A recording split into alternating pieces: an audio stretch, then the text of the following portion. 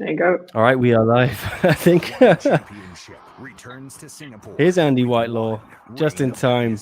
There we go. Hello. Great timing. Hi. How are you, mate? You all right? Good. How are you, sir? Which mate? Yeah, both. It's very open.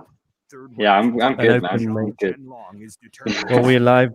SCMP back for one championship. Reign of Dynasties II. Andy Whitelaw's here. Jasmine's here. Nick's here.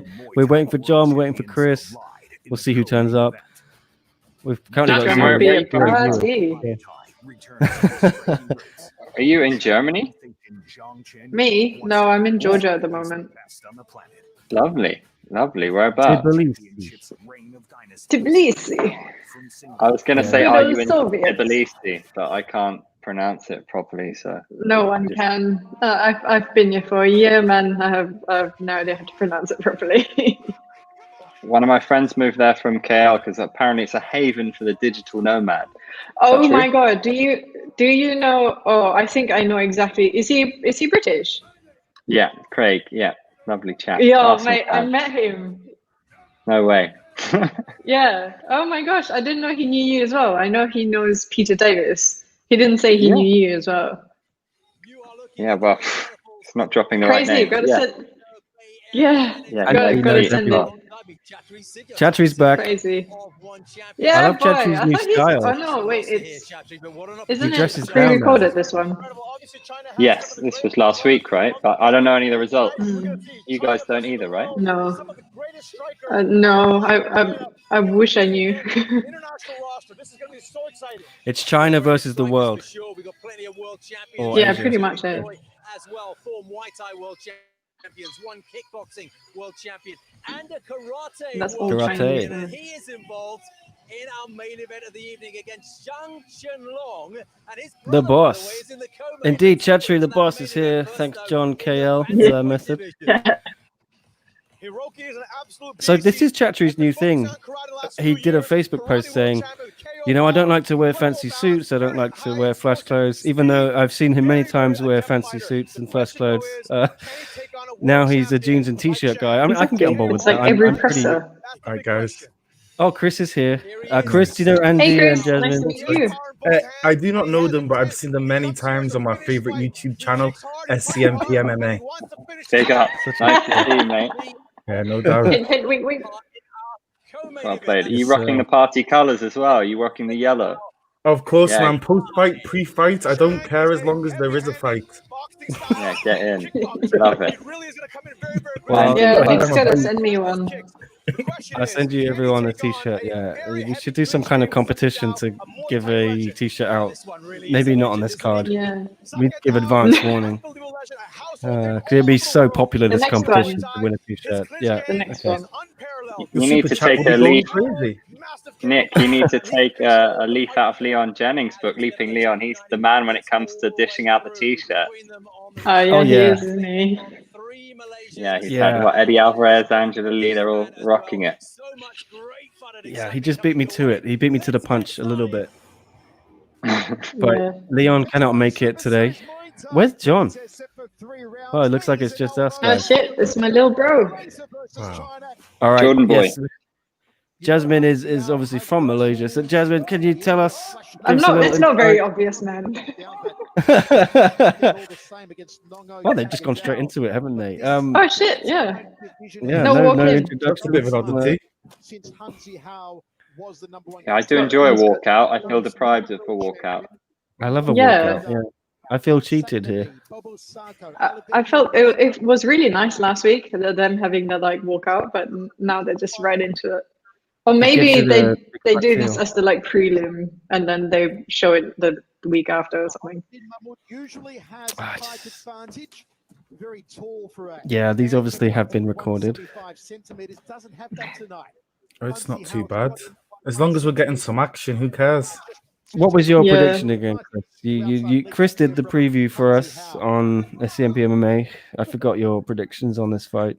This is the only fight I He was- never did a prediction for because I Oh, could okay. not find any footage of the fight. As I could not find every website I went on. They had different fight records. If I had to go with someone, I'd probably go with Hansi Hao, because China has a great Muay Thai history, and just anyone who comes from that Sanda background, it's very, very easy to transition between Sanda, K1, and Muay Thai.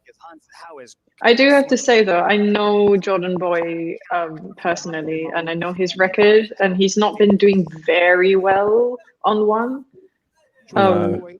Last time I saw him, he lost, I think. Yeah, I think the one in Hao KL here. he won. Yeah, I'm we have to. calling Hanji Hao for the victory. Jordan Boy, I feel, was fed to Liam Harrison, which I thought was a bit of a harsh matchup. With all due respect, I don't think he's in the same league as Liam Harrison. So No, he's still quite new. That is a given. Yeah. That is a given. Oh, that was in January in Bangkok, right? Yeah. I remember watching that at Rob's flat. Yes, in the hallowed Elgin Street of Hong Kong. I mean, Liam Harrison is probably the UK's best ever Muay Thai export. So it's no skin off your back losing to him. No, for sure. But it was 3 knockdowns, wasn't it? It was horrible. Yeah. Isn't Haggerty on Muay Thai as well? Yeah. Haggerty, Harrison, Howson, few All their English lads H's. from up north, doing a bit of Muay Thai. I'll tell you what, Sagat Dow has a couple of wins over Liam Harrison, and he's beaten Sanchai as well, so it's cool to have him back. Doesn't he have one against, is it Long Chai or is it Buakor he beat? Must be Long Chai, maybe.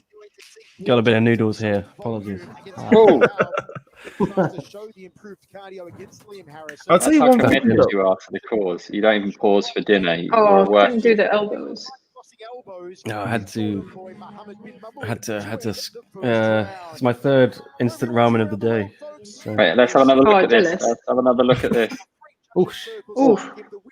Does anyone think Jordan Boy looks much bigger, much more rangy? I would agree. Yes, sir. Oh, Superman punch. Love that. I guess they've had a lot of time since January, February to build up a little bit. Eddie Alvarez said he's packing on some muscle. Yeah. Eddie Alvarez is thick. So thick. I mean, and this also in fighting in one, it's the biggest he's ever got to fight at, right? He's basically fighting a welterweight. Yep. Go check out Andrew's interview with Eddie, please. Yeah. 46,000. Did you guys manage to see him getting the private jet with his wife to the Trump rally? Oh, I did see Oh him. my god. More power to you, Eddie. Bora Alexander says, hey. Hello, Bora. What's up? What's up, bro? Why do so many MMA fighters love Trump? I guess Trump loves MMA, but Yeah. it's very mutual. Masvidal as well. Yeah. Oh, yeah. He gave Masvidal a shout out the other day. Did. I think Masvidal just posted about welcoming Trump off the jet. That's nice from Jordan Boy. Oh, for sure. He's doing a lot better than the last fight, definitely. Oh, yeah. Hanji Hao fought Nong O, I think, fought him for the title last year. Lost. Oh, teep to the face. Nice. Even T, bro. Oh, they have that on a t-shirt now, don't they? For one. Yeah, I know. I saw. That's so good. I might order one. But they're like $30 US. By the way, you like the new logo I spent 3 hours making on Typhoon Tuesday? Top right corner. It's Slave nice. I helped you pick this out as well. Yes, we had a couple of choices. So a change of font? Change of italic. Oh. I think we spent more time. I think we spent more time deciding on the logo than Nick did designing them. Yeah. Yeah. I sent Chris about 10 different options. Like, what do you think? Which one? Is that your ham, Nick? My ham? Your hand? Your You drawn your own hand. hand? This is my hand. Oh, that's that's not my not hand. Yeah. You No, draw your no. hand. Someone drew that at SCMP, not me. If anyone wants to know the origin story of the logo, it was actually for a feature SCMP did, I think 3 years ago, and they just had it hanging around, and they threw it into a circle for me, and then that was it. And I said, "Can you make it SCMP colors, yellow and blue?" Here we go. History was made. Very interesting, Beautiful. guys. Yeah. A bit of trivia. Nick actually sings the But- opening sting. Post-fight podcast. And I I played the will guitar. reveal. Yeah. The fist was actually going that way, but I said, "Let's go sideways, guys." You know, because there was some people were saying, you know, we don't want to have fisting connotations, but you know, I rolled.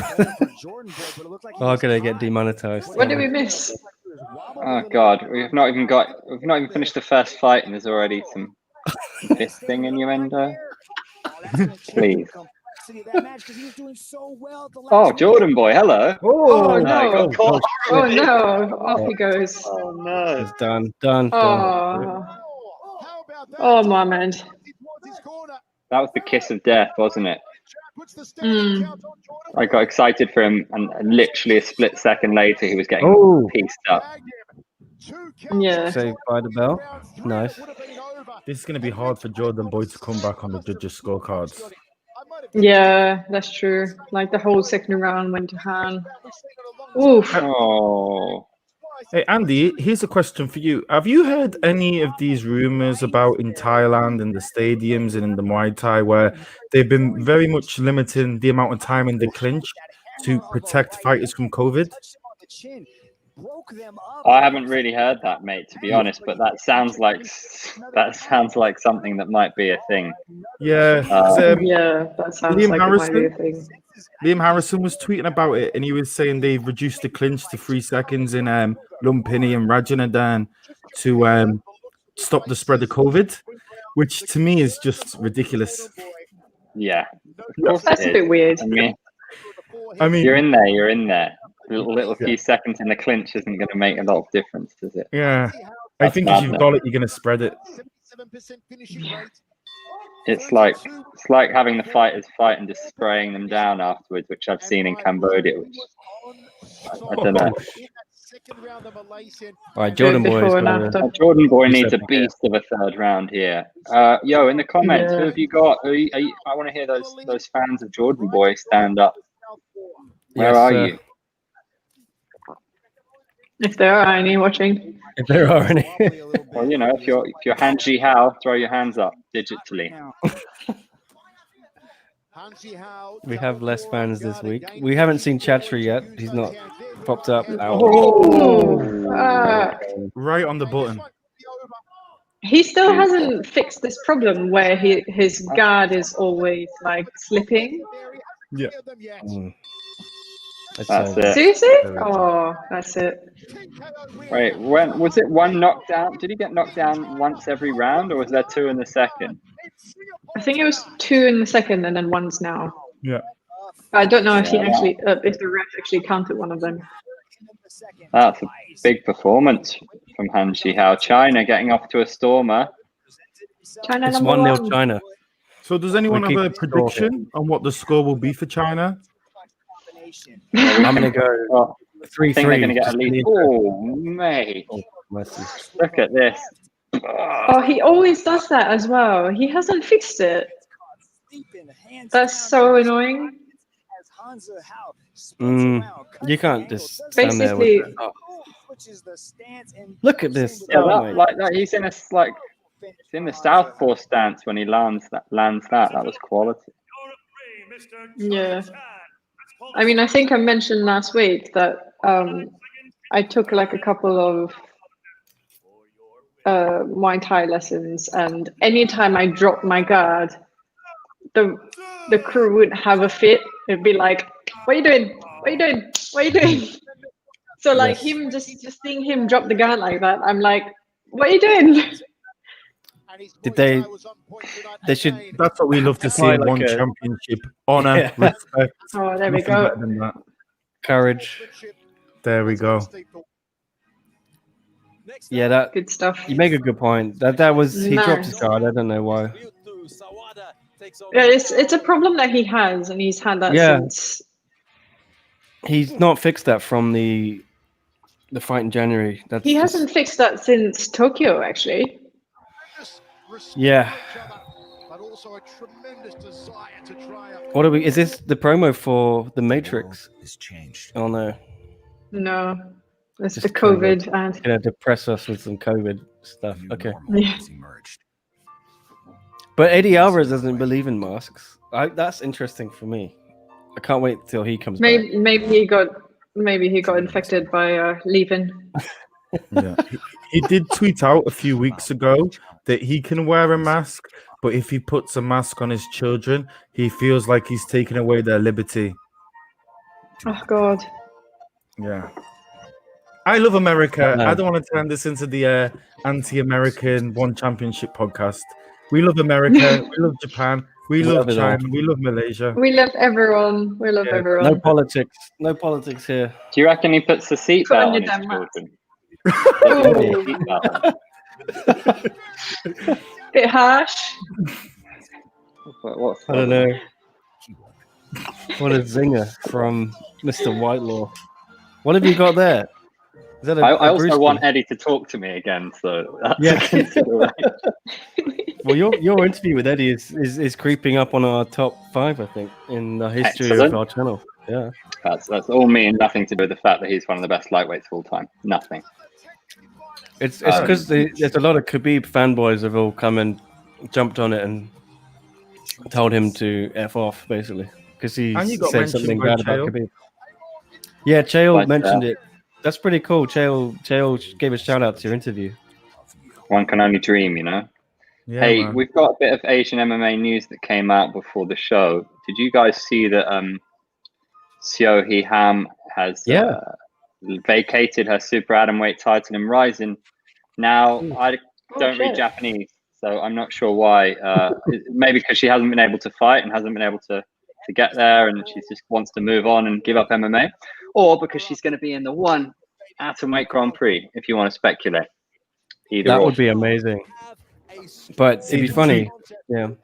The true inner journalist coming out there, Whitelaw, always looking for a story. You got to do it, mate. Well, I'm in the right place, right, to speculate. Yeah, of course. Yeah. That's interesting, yeah. It'd be annoying if there's nothing to it and it's just because of travel regulations. But we can dream. Yeah. She's so good. She's like the best out there, isn't she? In that weight class in Asia, and I think she. Do you think she could hang in UFC? I guess you'd have to go up. Yeah, obviously. Well, I was talking to Matt. in We're like, UFC. why haven't they got? Yeah, of course. Yeah. Fuck. Sorry, I swore again. Yeah, she Yeah, left but she the had UFC a in tough time there, 2014. didn't she? She lost 2 decisions. Is that right? She lost against Danielle Taylor, Beck Rawlings. She beat Courtney Casey. She lost to JoJo Calderwood in the Ultimate Fighter. But do you think she could go back and maybe have another run or what? Because she's probably better placed now, I guess. Well, she's 33 now. She beat Jinyu Frey, who just fought Loma, right? Loma, yeah. What's happening there? Oh, his mouthpiece. His mouthpiece has come out. Oh shit! This is such an interesting fight because this is one that's so hard to call because Suada's done absolutely everything in Japan. He's over in Evolve MMA fighting out of Singapore. But Wait, guys, his mouthpiece has come out. He's freaking out about his mouthpiece. Yeah, that would be annoying. The referee's going to wait for a break in the action. You can't wait. Suada's not giving him that. He's got No, if he's got a good squeeze, if he jumps to the other side, there he is. Now he's starting to circle and apply that squeeze. Ooh. Ryota Sawada looking for a first-round submission. Can he find his 8th first-round win here? Referee Muhammad Sullivan right on top of it. Nearly Ooh, nice escape. Sawada tries to take the arm home. Come on, ref. no, Read that isn't this the mouthpiece. time to stop Come on, it ref. and give him the What's mouthpiece? this? Yeah, there we go. Yeah, there we go. Jesus. That took you too long. Li That was Tao too did well to long. escape. Did you guys thought that Li Tao was done there? Maybe. He looks in trouble. The thing is, the rules do say defend yourself at all times. So he wasn't really doing that because he was too bothered about his mouthpiece.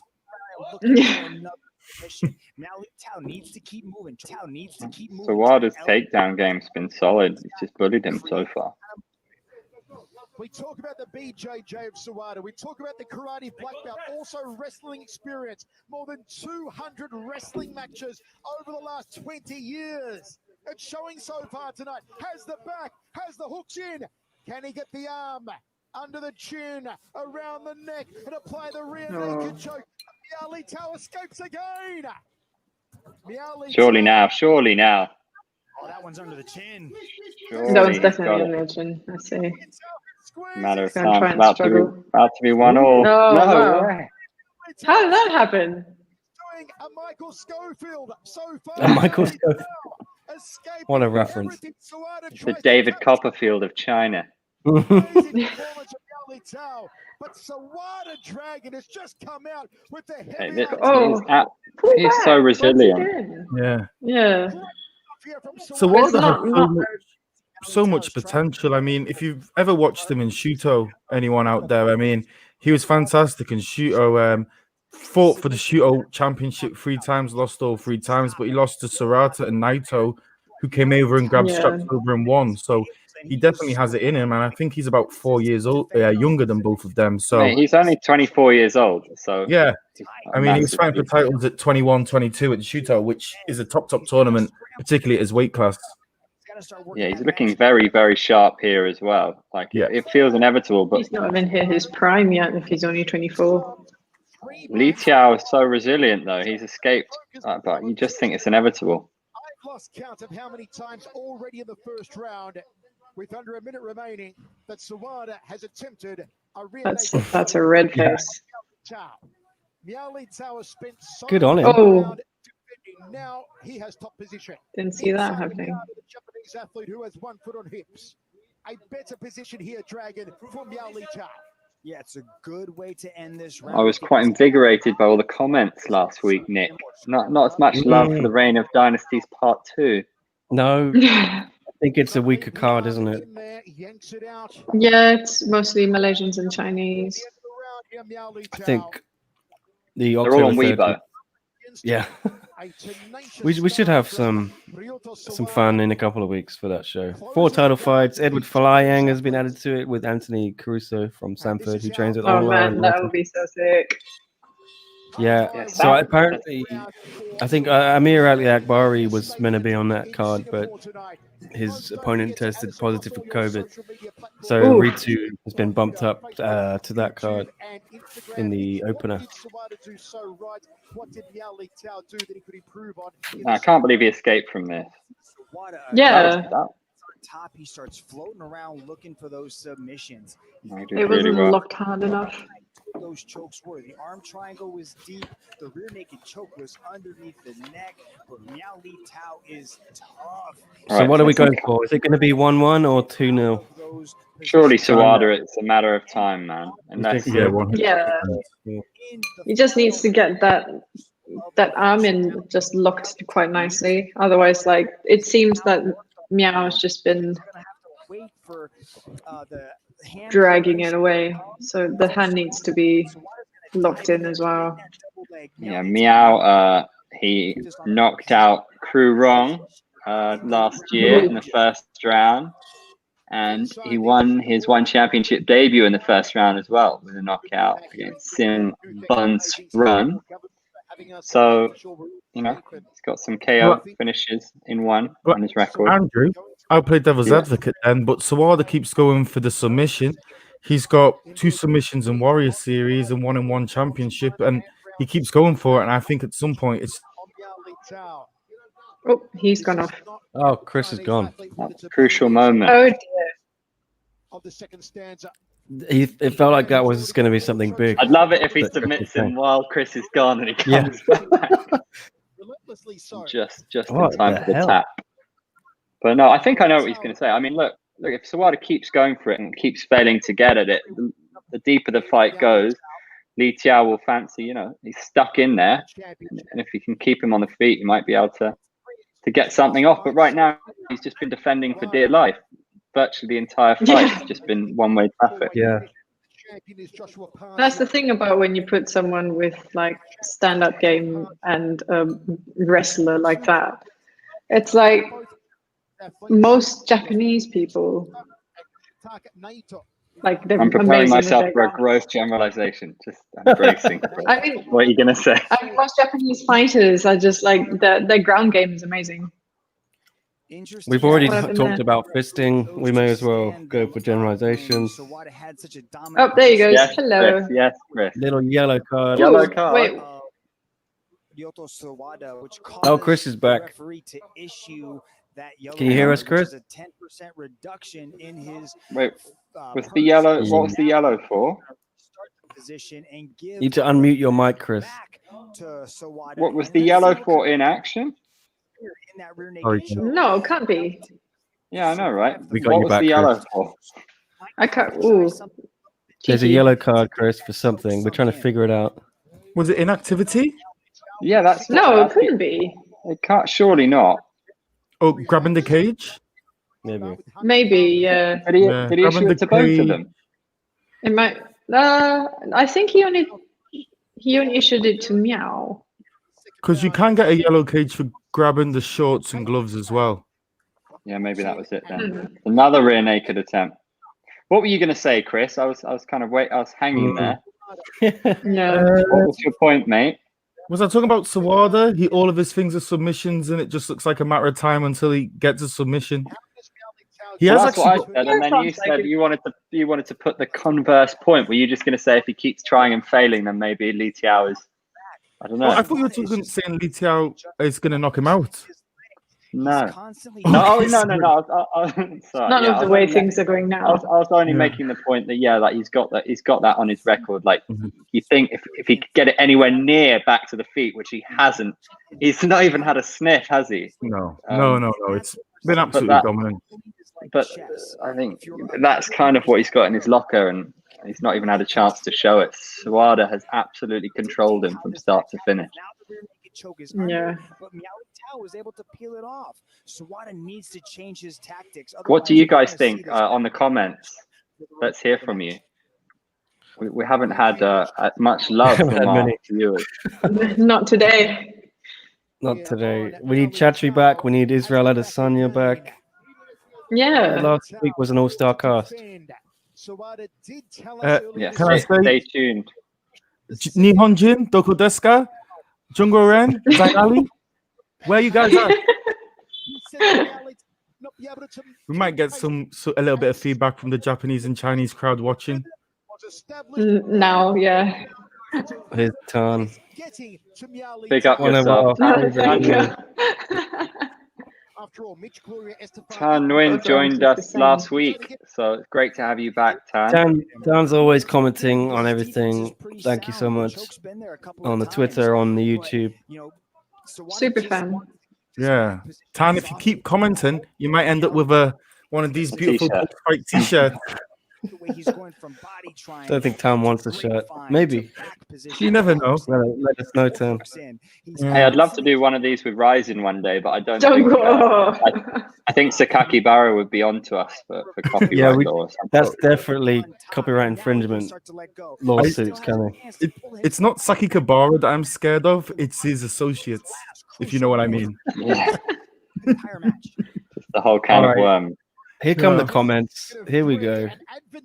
Just tuned in. How's it been so far? That's a cute little Charmander face. Yeah, So we you got got an armbar here, armbar. opening fight. Jordan Boy lost. Oh, To how Hanji crazy Hao. would it be if Hanji Hao if Li Tiao knocked him out at the last after all this? Sawada's absolutely dominated him and had how many submission attempts? Oh, Joel is back. It was basically the first, what, 15 Thanks, minutes? Joel. Oh, Joel's Good back. to hear from Joel Winters. Enjoying the rise in hello. chat. That's going to be the big question. Okay. Because Sawada has had no trouble taking him down. Survives. Keep comments coming, people. Any questions, please ask our experts here. I am not an expert, but the other people here are. they will answer your questions. I am only an expert at cage side photography. Yes.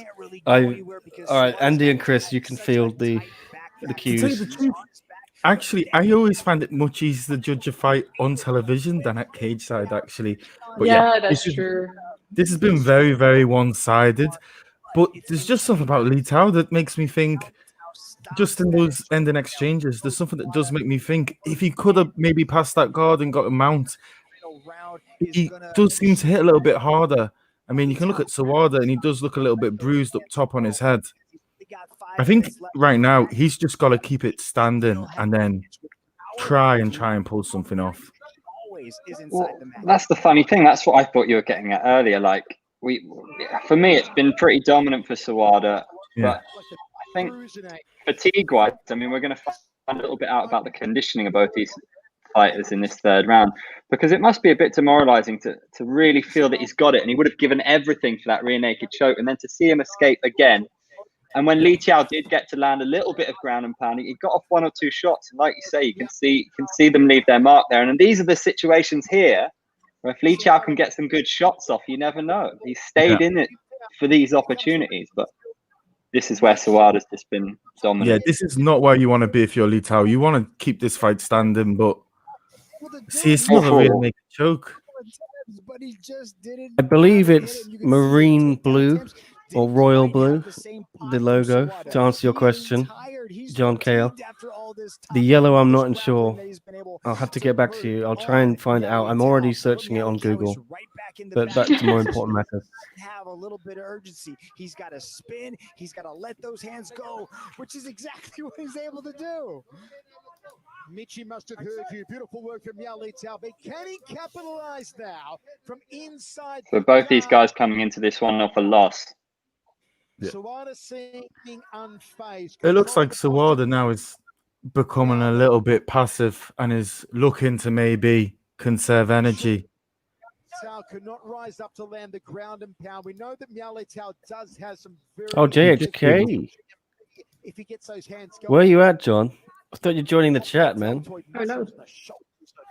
He What just is seems that? to- An onion? Right hand between the eyes. What emoji is that? Emoji. Hey, John, can you send us someone on the super chat? Buy us a beer. The half guard, but a good shield by Sawada to retain guard and keep Miao Li Tao between his legs. You can see Sawada starts throwing up the legs, looking for the arm bar, but Miao Li Tao. I mean, that's an interesting point, right, from Tan Nguyen, because we haven't seen any damage from Sawada, but we have seen him completely control, dominate, and look to finish the fight several times. Yeah, I think John he's KL wrong points there. out that's a chestnut. That is right. I like chestnuts. Chestnuts are cool. Joel Winters agrees with Tan on the unified rules.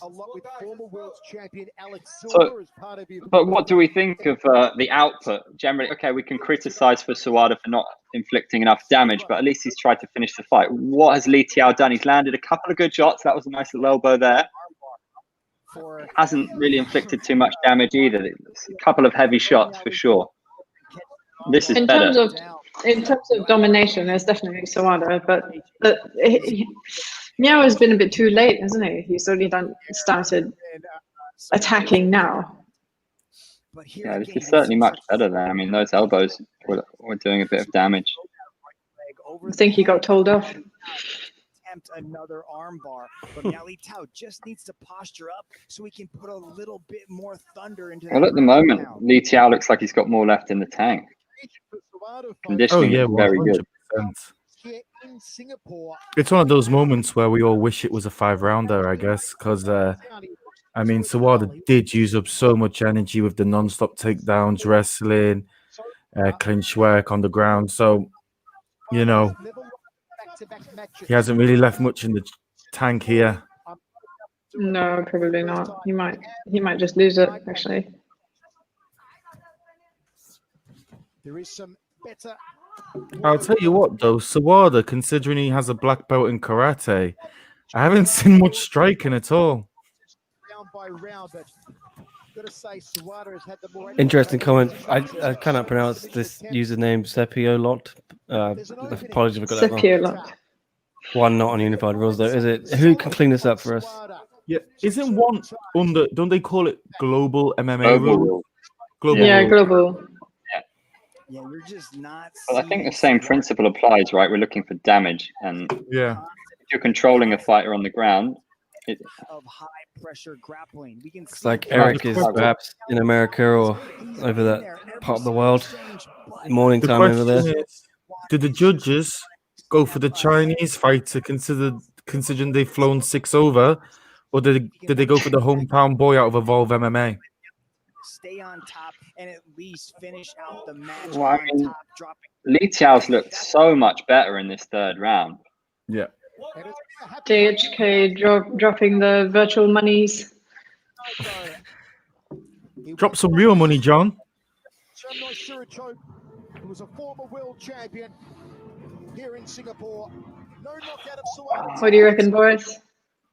And he looks disappointed. I gotta think I'm disappointed with Li Tiao because he looks like he has a lot to offer, but I think he left it too little too late. He looked great in that third round, but to be honest, I think he got pretty bullied in rounds 1 and 2.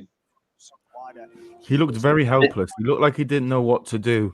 I don't know whether his wrestling coach or his jiu-jitsu coach said something between the second and the third, but that third round was a great performance. And even if he does lose, he has got something to take away from this.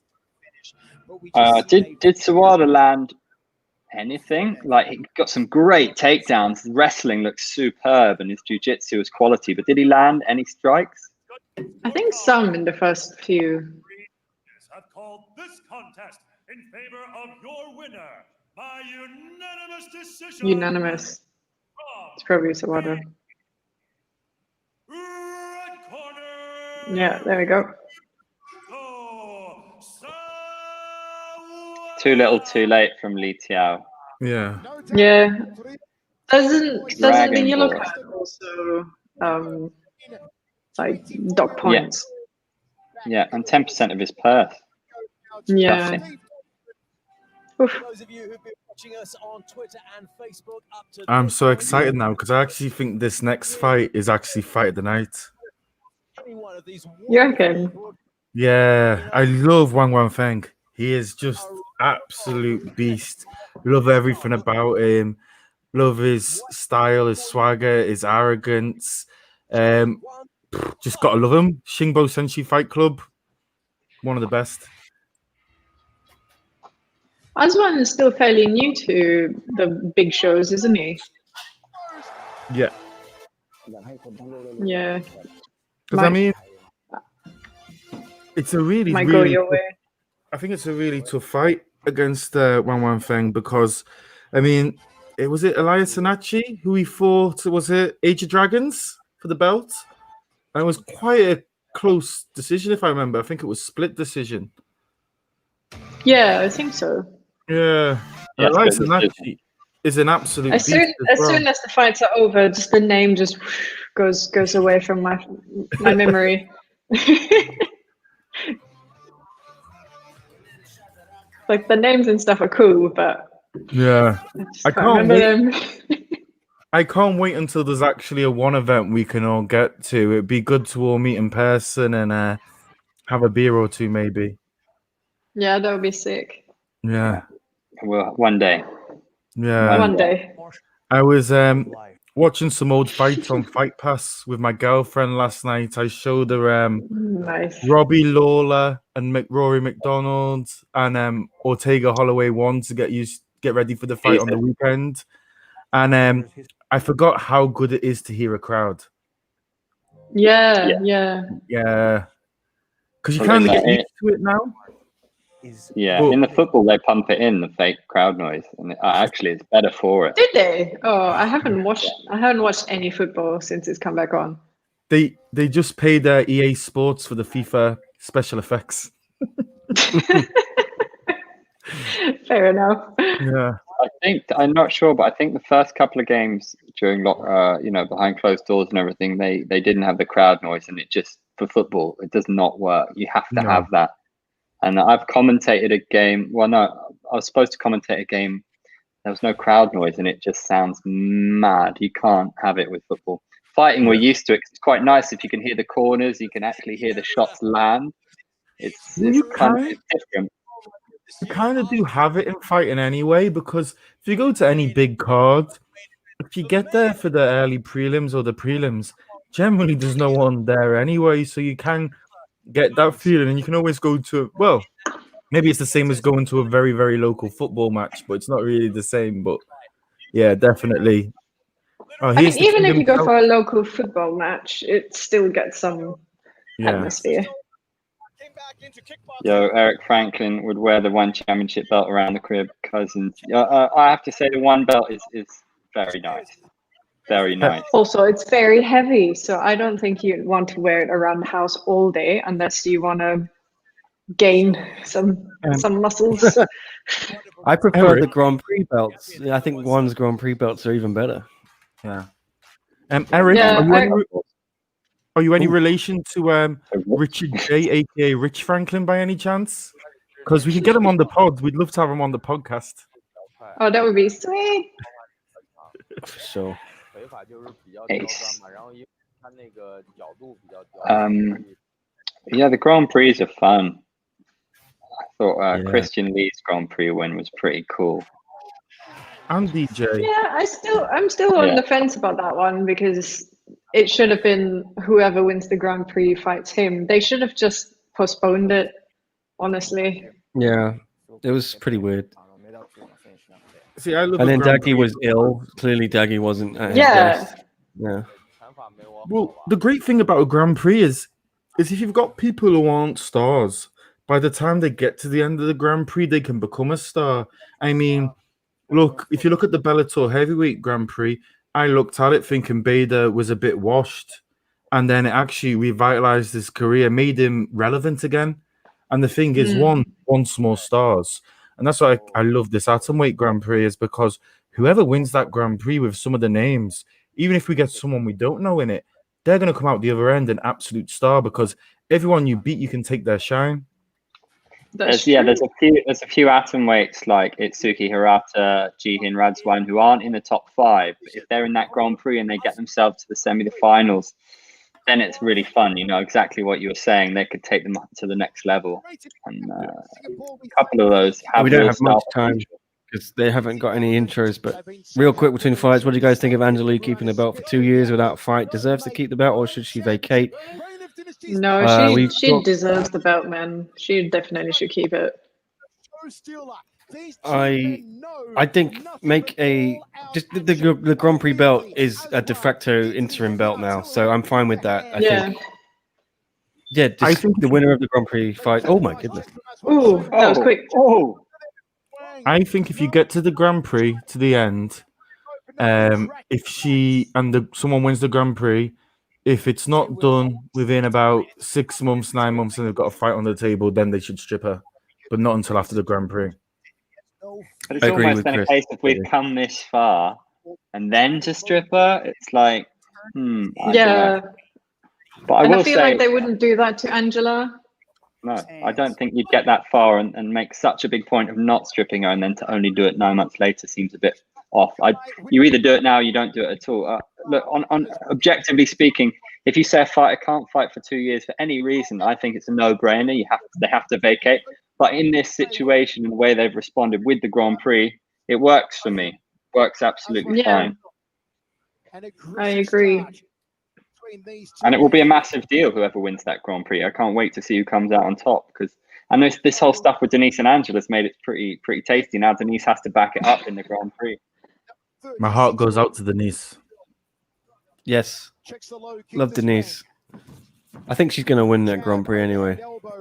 And I want to see that fight, her and Angela. And it's just going to build it up, I think. We're going to have another year of the build-up. It's going to be a mega fight if they get to it in the end of next year.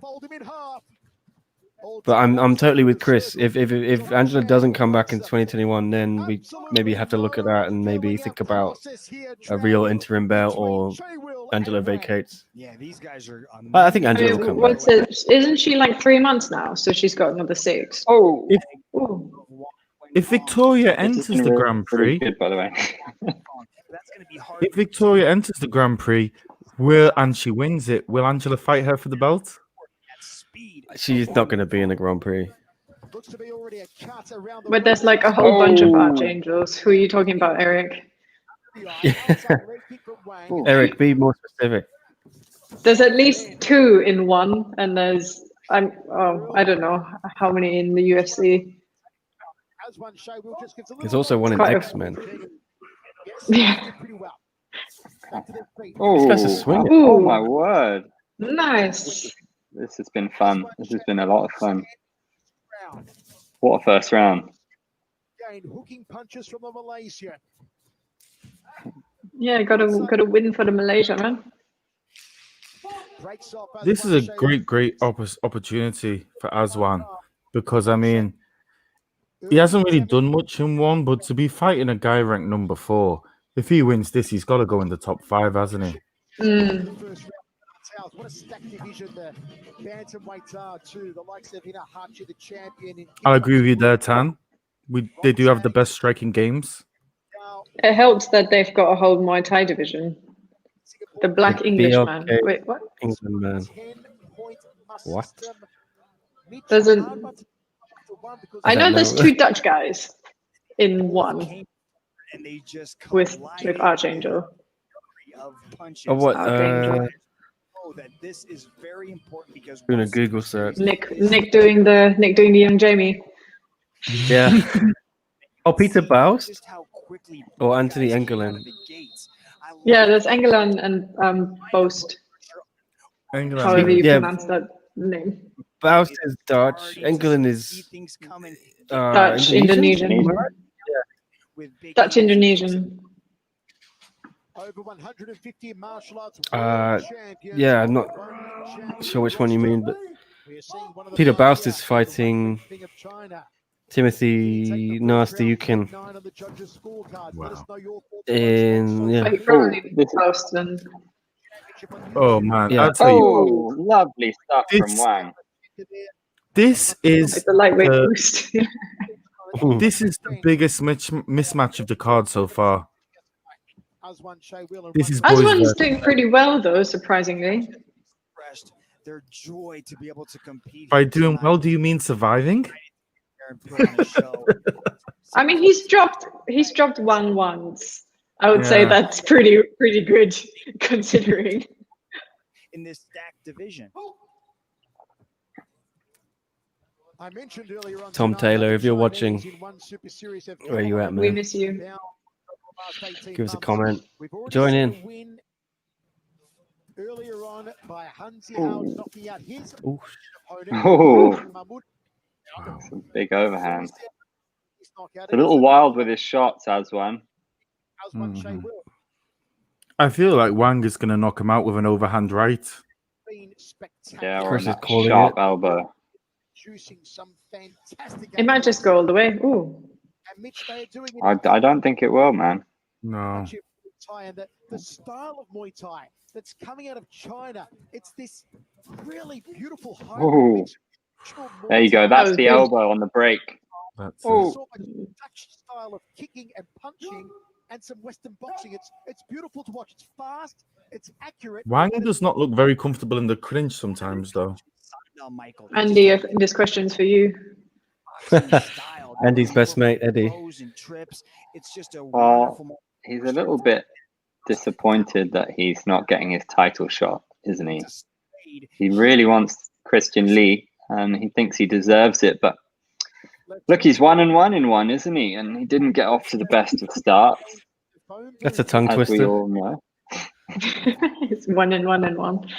Yeah. I think he will begrudgingly take Oh, down he goes.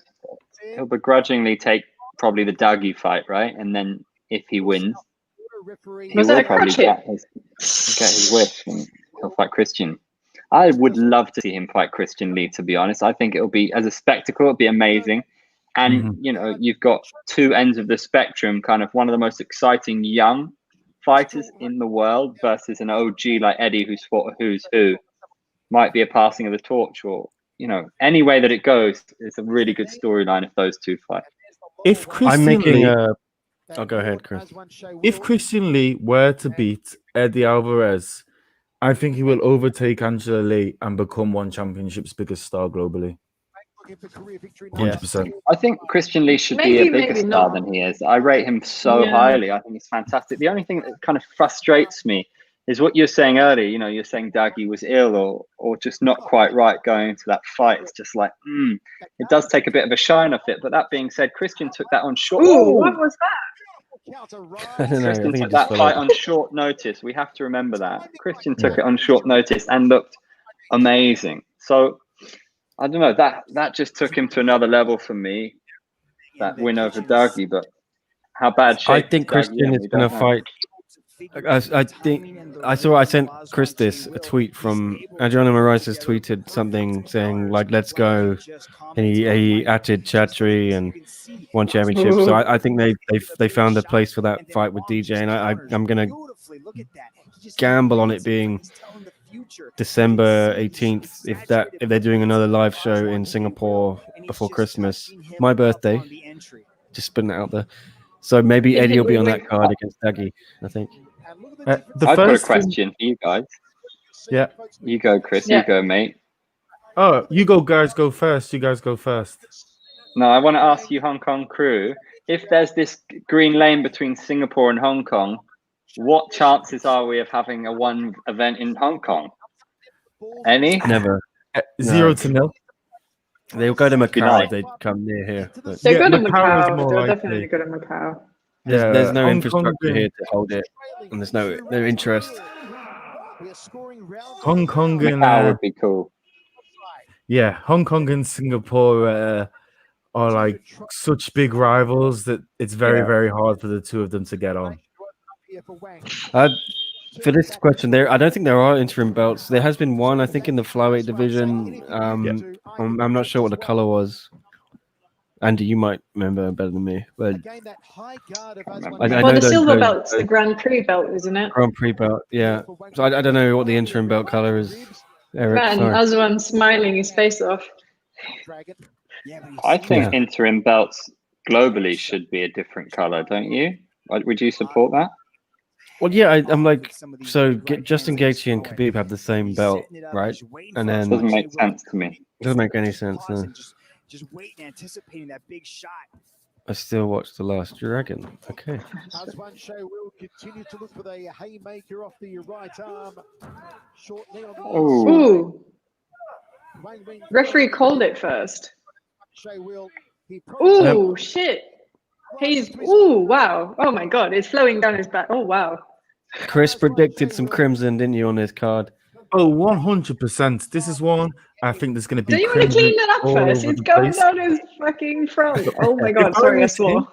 I'd get my thumb and run it along the blood and put it in my mouth and let him know I mean business. Hardcore. Hey, his eye's swollen up as well, hasn't it?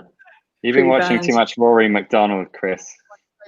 Hey, sometimes that's what you've got to do. You've got to let them know you mean business. And there's been 5 interim belts in one championship.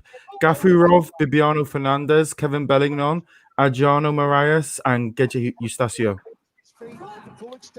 Coming with the stats. I love it. There we go.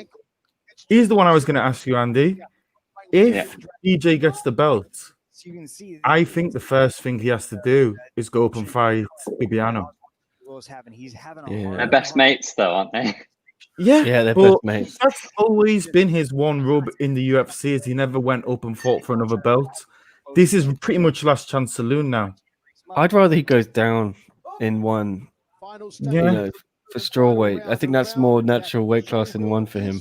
Because these guys are huge in flyweight in one. I think Yeah, no, that's more likely. He's not fighting Bibiano. Not like they're like brothers. Ima- as far as imagine- I can tell. Yeah, they wouldn't. But like DJ v Josh Pasio in Manila, that would be banging, I think.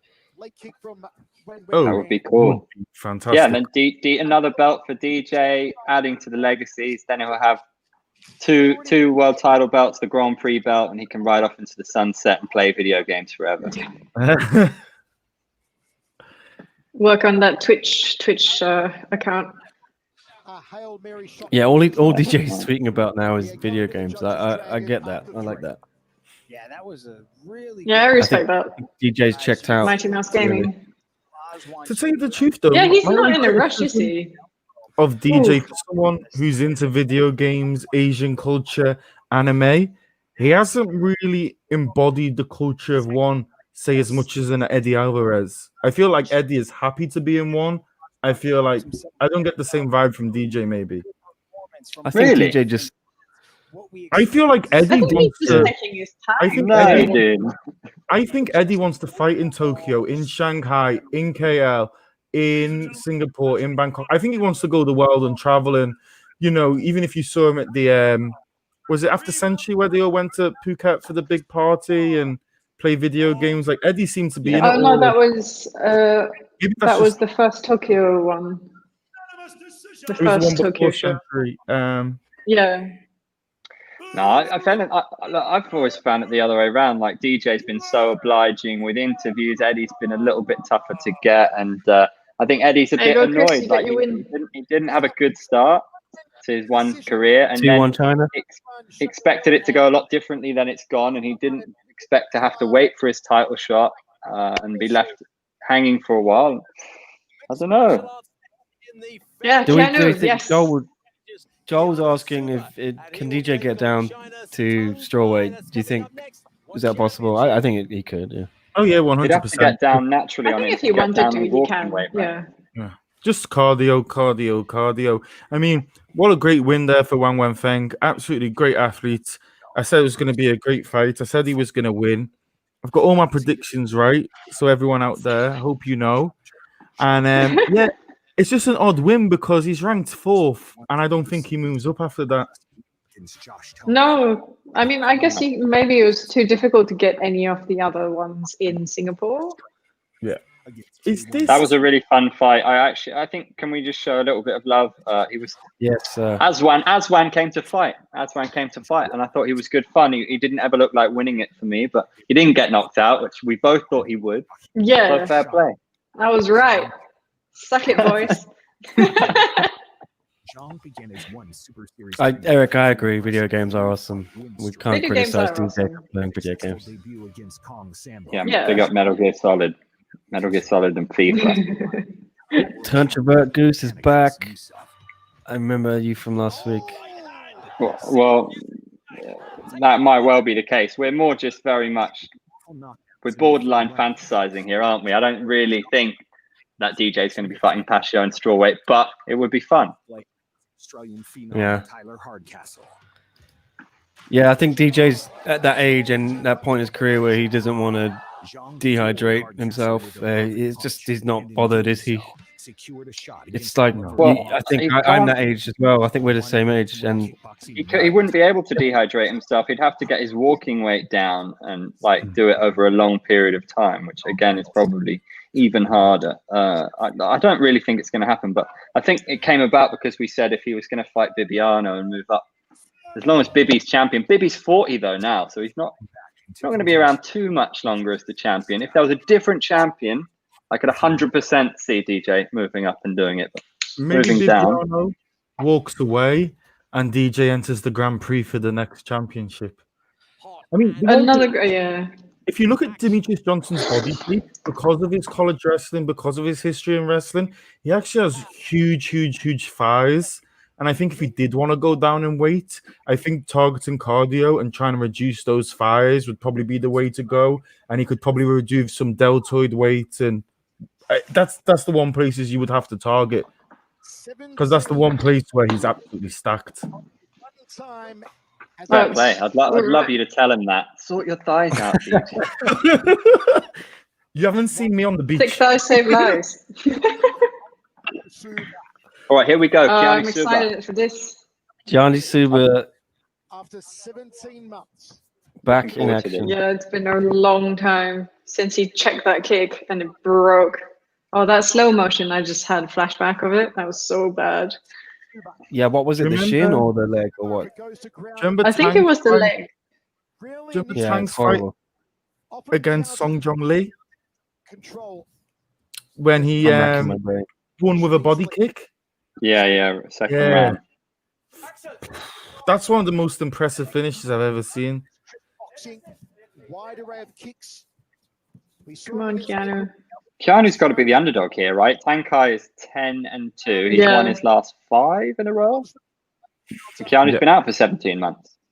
But One Keanu was championship, yes, a big name in one, wasn't he, for a long time, and a kind of a mainstay. Yeah, He's right up even there. more than his brother, isn't he? Yeah. You can see Suba trying to utilize the stance switches. We can talk about the video game maybe in between rounds here. I have some thoughts on that. That left high kick so much. They don't want to go. We'd have to do a live chat if the video game comes out and have a little competition, wouldn't we? I'm not sure it's going to be made. Yeah. I think one of the things that a lot of people forget about Tankai as well, with most of the Chinese fighters, they fight out the big gyms in Ningbo, Shanghai, Shenzhen, Beijing. But Tankai actually goes over to Alliance quite a lot in the States to train, which is quite a rarity. And he's with Dragon Warrior, is it? Dragon Warrior out in Shanghai. And yeah, he is a solid fighter.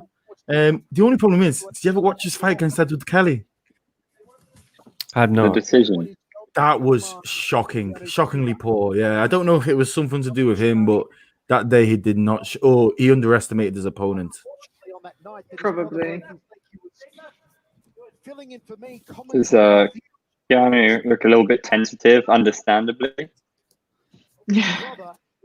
Doesn't want to break another leg. That's one too. Keanu showed so much professionalism. He was completely composed, finished the highlight reel, and then went back to check on his brother. So my hats off to Gianni Suba if I was wearing a hat. Big up Gianni Suba on the mic, the commentator nowadays. A long extension on the arms here of Keanu Suba. Both men have very good. Who did I make the joke to? I think it was Tom Taylor. I said, Keanu Suba, why haven't they put him on the inside the Matrix card? You know, Keanu, gotta do it. Yeah. That's all I've got, guys. I'm gonna leave the studio now. Leave the chat. I was gonna say, do any of you guys think, you know, I mean, obviously one's had great fighters from all over the world, and obviously it's dependent on their English level, but do you not think it's time for one to start letting some of the ex-fighters maybe start commentating on the Warriors series and start moving them up to cards? I think Warrior series is on board at the moment. Yeah, I mean, that's the one, but I would like to see a few more ex-fighters. Yeah, Gianni's on that. Misha Tate does. Yeah, Misha Tate. I mean, I would love. Doesn't Peter Davis to see as one well? champion. Yes. What a handsome man he is. I'd love to see one championship break the bank and bring back Ben Askren. Oof. Bring what? Ben Askren? Just to talk, yeah, I think he's fantastic. I think he could actually be a star within it and show the world what's going on. Eric, don't apologize. Ben Askren's always fun. And you're enjoying the fights, Eric. He's Thanks for being with us. Ooh, knee to the face. Yeah. Enjoy the 420, Eric. You can see Suba, he is circling to the power side. It's 420 somewhere. Yeah. It is. Always. Kick, Michael. Definitely not in Singapore. Traditional, more, disadvantaged side. So he's going to circle to the power side of Tankai. Yeah, we do need to see a bit more action. This has been pretty tentative, guys. We've bigged this fight up. Yeah. I expected Keanu to go in just guns blazing, but I think he's just being super cautious. Yeah, which is come fair, on, I guess. Yeah, you would be, wouldn't you? After 17 months, all that rehab. He talked about just being so desperate to win previously and now trying to be a bit more measured. I guess that's what we're seeing. Yeah, John, this is the one that broke the leg. Keanu, right? Yeah, Keanu. So Jasmine, do you know them personally from living there? Are you close to them? I know you're in with the Malaysian crew. I'm closer to Gianni. Keanu's very which is strangely enough because he's the older one. He's the more quiet one. Anytime you go around to like events and stuff, he's always hanging around with his girlfriend. So I don't know if they're still together. But Gianni is the more social one. For sure. Wait, is Gianni not cornering Keanu? relaxed. No. and he's That might be Don't see him. Papa Suba. No, that's someone's Suba. got cats. Are they I don't limiting think cornermen? Yeah, you only get one, I think. There you Is go. it one in the cage and you can have two so far back? Yeah, I mean, I think you get maybe 2 or 3 on the Yeah. corner, but only one comes in because Yeah. they also have the Cutman and the Iceman. Filling out process now over for Keanu Suba and Tenkai. Kind of They're took not those out. titties up.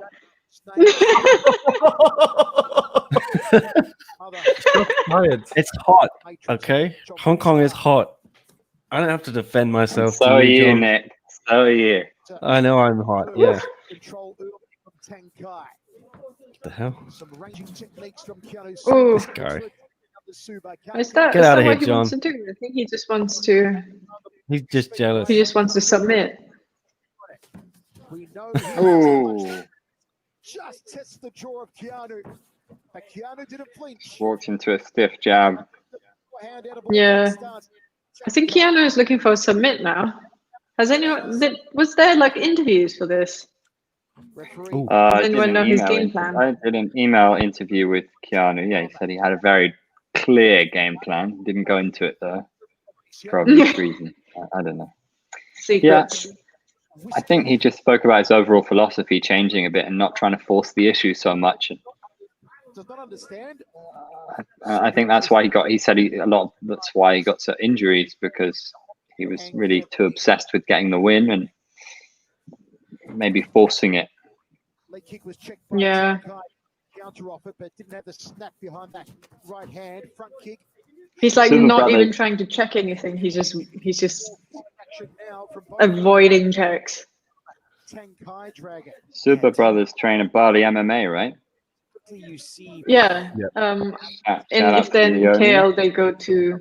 start switching If they're in stances. KL, they go to Monarchy, Stride, and he but keeps they train out of Bali.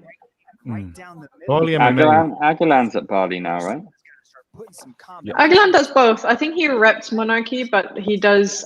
Isn't he on the Inside the Matrix card? So he must be like training for that. target practice. Aguilan's He's on on one that of card. the. He's on one of the dark cards before. The dark cards. Yeah, the dark No idea what cards. that means. It's basically it's like one of these cards which is not live, so they're taping some other cards before Oh gosh, the show. is that October Inside the 20th. Matrix 2 then? Is that public knowledge? I hope so. Who knows? Otherwise, I've just made it. It is now. It is now. Well, I mean, Uh-oh. we can say it's a matter of deduction, right? So, like, Yeah. he's in Bali MMA right now. He normally does camp there. Sorry, Way to yeah, cover John's yourself, right. guys. I'm not supposed to talk about it. Ruh-roh. Columbo here. Is this one of Forget I those said fights? anything. This is live. We are watching a live fight right now. Oh, Oh no, Keanu! Tang's dropping bombs. Push back, push back. Needs to Ow. get Oh, away. jump me. The cage is not your friend, brother. Yeah, get away from the cage. At least shoot a single leg. Tenkai is Yeah, he did earlier on, alright. It was a bit half-hearted. Yeah. Oh no. Oh no, he Is he- doesn't want it anymore. Tang No, is I think he's tired now. Tang smell blood He in the looks water tired. here. Good Oh. idea. Good Oh. idea. very dodgy cage grab there. Oh, what Such a is? snitch, Whoa! man. I hope he stretched out before this. What's the next one event after Inside the Matrix called? Robin. Have they officially named it?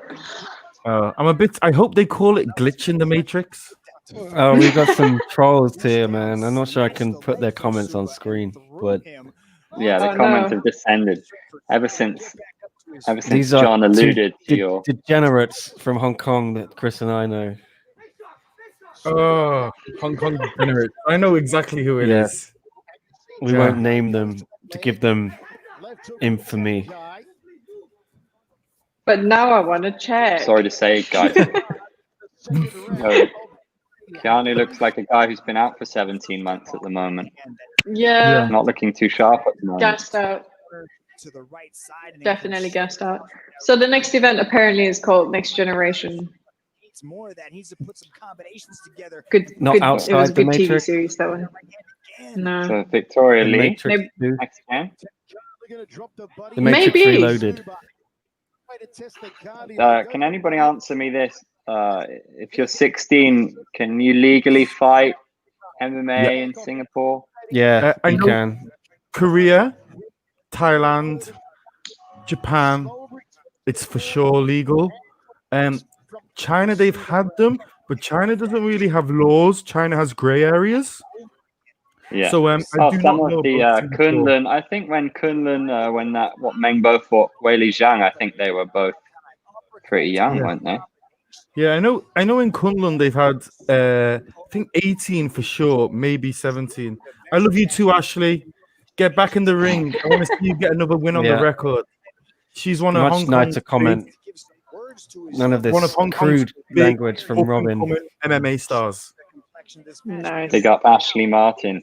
Yeah, Yeah, watch Ash's her name. bomb. You'll see it everywhere. One championship, Bellator, Rising, UFC. She'll be the first one to do the Grand Slam. Throw in Invicta, why not? A closed door event I can't put any of Matt's comments on there. Too bad. has not Sorry, Matt. I could put this one up. We love you too, Matt. Thanks for watching. something special. I saw Ashley and Matt today with the dog Bam Bam in the morning. I was walking my Hey, dog Nick, Otto. Nick. Great story, I guys. just got a DM from Ariane Lipsky, so Oh, really? I feel very Share it cool with now. us. Yeah. Share it on No, screen I now. couldn't possibly. Did anyone see John Phillips in DC? All the questions Yeah. that people asked John Phillips. That's very is that a bit amateurish What do you mean? From who? from DC? Like going straight No. into the... I mean, yeah, but they're all there at Fight Island. Why not just go up to the man and talk to him? Here we go. Here's the finish that we want to see. Come on, Tank High. Aren't they all kept apart for the most part? Maybe, but I guess they still have press conferences in a room. I mean, you can be socially Yeah. distant and have a conversation. Yeah, fair play. Look, I actually just thought, well, at least I thought the other way around. I thought at least he's putting the work in and he's trying to do his research. Yeah, I that's thought fair true. play. Rather than don't just know. showing up and saying I'm DC, I like I don't need to put it I in. like DC as a commentator, but I've seen Andrew Whitelaw on Full Metal Dojo Fight Circus. That's never going to be beaten. Mate, I was supposed to be there. I didn't. Did you see Aaron and Teddy? Those boys were next level. Yeah. Some of the stuff coming out of Teddy's mouth was unbelievable. It's Fight Circus is one of the best things I've ever watched. Oh no, Keanu, no. It was so much fun, dude. Is this Keanu's dropping one of the those moments, gun. right, where Keanu has not been doing much for over a round? He's been out of the ring for such a long time. Is this time for his corner to maybe throw in the towel and save him for another day? That's a bit I strong, don't think isn't I've it? seen that. I've never seen that in one before. I've been busy chatting away, and to be fair, I've kind of taken my eyes off the action a couple of times. Is he getting beaten up that badly? I mean, it's not looking good now. It's not looking good at all. No, he's gassed out, man. He's It's gassed flying, out. flying knees, flying elbows, Superman punches. Just flying everything, yeah. Yeah. Tang's just teeing off on him. And look how fresh Tang looks as well. Yeah. Against the man who obliterates the opposition, Tankai. It shows the heart. Oh, mate. Oof. I'm chuckling at these comments, man. Oh. I want to check them out now. I What's can't put them happening? on screen, but oh, this one's. It's all right. I'll I mean, if it's John Wick, Keanu Reeves, then Oh, man. mate. This is pretty tough This is for Keanu. torture. This is not the one. I feel if this was happening on the ground or the referee would have stopped it. It's just the fact he's so strong he can still stand up. The referee isn't stopping it. Yeah, he's not visibly like disoriented, so the referee normally doesn't call it. Just utilize that right hand. The shots are just not coming. He's just taking it, man. Like I admire his resilience for sure. Is this a critique to Tang though, for all he's landed and all the damage he's done, that he hasn't been able to finish it? Is this a critique, or do we let him ride with it? I think you credit Superman for just It could be being Suba. double hard. Oh yeah. Yeah, I mean, he's not dropped, and he's just eating it, man. And is He there doesn't even look maturity? wobbly, not in the slightest. Is there a maturity and like a swag about Tang? The fact that he's won his last 5, you'd love to, you always want to get the finish right. But if he gets the decision here, it would be the most one-sided decision he's got in a long time, and he'll take it. He's not doing anything silly. He's not going to get caught with a stray elbow. He's just teeing off on him. Yeah, you want to see him put him away if he can, but I don't think we can be too critical, can we? Or can we? Chris, can What do you you answer reckon, that? Chris? See, my issue would be, I think Tang has just dominated him, done so much damage to him that you really, really, really, when you smell blood, you should put a man away. Do you know what I mean? You never make a man kneel, you make them grovel. And that's It's a it. ruthless game. I'm so sorry, Matt Compton. I have no idea in the difference in size, but I bet you and your friend Robin, you've compared size a lot of times. Jesus Christ. We got a few trolls from Elgin Street. I think the only thing that I know is that the octagon is a bit shorter, isn't it? Mm-hmm. The circle is taller, but I think The circle, in general, maybe not the cage, the circle. Not the cage. It is Exactly. called the circle. Yeah. Exactly. Yeah. I he did just drop- got wrong, man. Bellator wow. Belfort. What the I got Bellator score chastised. there? Oof. A masterclass striking just They call it a cage, don't they? Okay. Because it is a circle as well, but They yeah. need to come up with a shape. No, I mean like the Square, one triangle. Triangle? calls it a circle. Imagine Steve with you in the corner of a hexagon. triangle. Just trying to fight out there. In favor of your winner, by unanimous decision, from Yeah. The trigon. Good. blue corner, Tang. Come on, I- Looks like China. he could Considering happily go. that Keanu didn't get knocked out, like that is respectable. He's got one The hell of a team. trigon. 3-1 China. Right, so we Yeah. can only have 3-3. They can only draw at level. They should have a sudden death 7th bout. Even though they've recorded it already. Yeah. Probably. That's my cue to get another dragon water. One I think. championship is filled with Dragon water. Yeah. Some good stuff. Nice. There you That go. was Nick. quite hard. That was quite hard on Keanu. He got teed off. Yeah. 62 wins. Definitely, but I'm surprised he didn't drop. Like he just went. He You never just really worry. worked. He just took a lot of damage, man. A lot of Keanu- damage. A lot of clean shots to the head. Keanu never really won a round, and pretty much outside of the first 2 minutes, he never really won an exchange in the last 2 rounds at all. No, I think he must have just trained takedowns. But that's like I don't know. Whoever was training him in Bali should have known that Tang would be all about the stand-up game, really. I'll tell you one thing to both of you and anyone out there. I mean, I'm a bit of a novice at jiu-jitsu, been doing it for a while, but I'll tell you one thing. Bali MMA is one of the best gyms you can ever go in as an outsider. They're really, really Yeah, nice. hell yeah. They have a good role there, and they're really nice people. And anyone, if you ever go on vacation in Bali, you live in Bali, you want to try something, I'd recommend it. They are really, really nice. Shout out to Big Mike. Yeah. It's one of the standout gyms in Asia, actually. Yeah, it is definitely. They're such a big family as well. Like I know a lot of them. And it's a nice Always. part of the world. Yeah, what a cool that as well. lifestyle over there. Going surfing, training in Bali MMA, drinking smoothies, just chilling on the beach. Yeah. Nice. The only one that's Not bad, better is it? than being at Bali MMA would be to live in Hawaii and be training with Sexy Yama because he's so sexy. Oh yes. Every Oh, podcast, man. I have to mention two people, Gustavo Barlart and Sexy Yama, because they're my two favorite fighters of all time. Wow, I love it, mate. I interviewed Sexy Yama not so long ago, and I started the interview. I called him by his name and asked him my first question, and he was like, "Let me start by saying, my name is Sexy Yama. Everybody calls me Sexy Yama. So when you speak to me, you call me Sexy Yama." And I was like, "Of course, of course." It was quality. Oh, he just loves that name, doesn't he? Yeah. He lives There you up to go. it. To be Inside fair, me. he's looking. And I'll tell you what I love his Instagram, and he just has the cutest daughter in the world. Yes. Oh my gosh. I just wanna. Yeah. He must be such a great father as well. Oh, no doubt. So much fun. Did you ever see the Korean War movie he was in with Liam Neeson?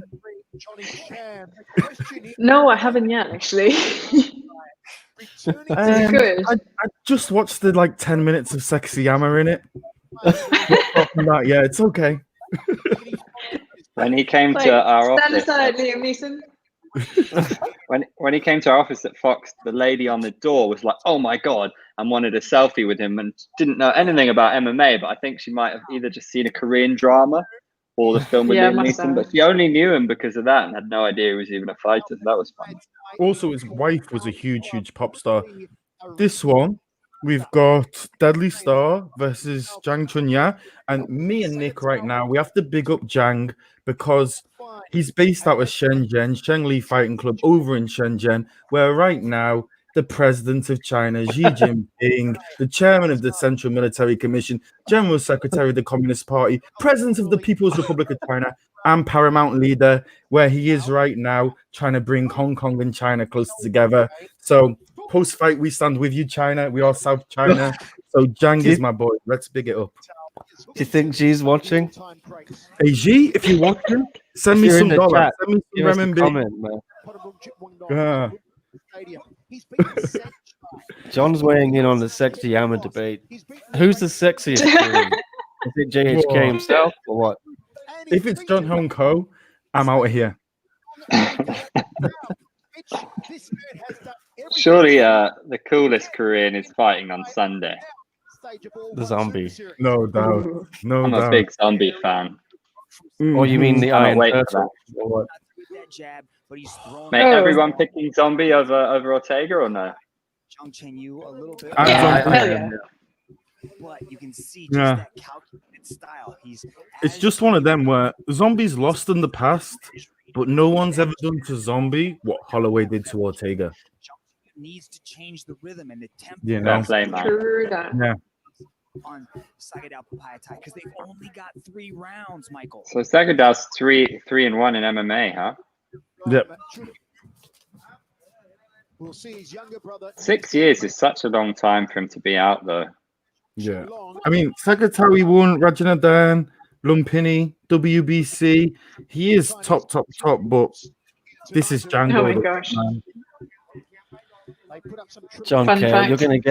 you're gonna get me thrown out of SCMP in Hong Kong with these comments. This was back in 2014, a win for Chunyu would be considered an upset over Sagatao. I do love the walkout as well. I want to see Zombie get that title shot. Yeah. I remember being in Busan with John JHK and the walkout came on.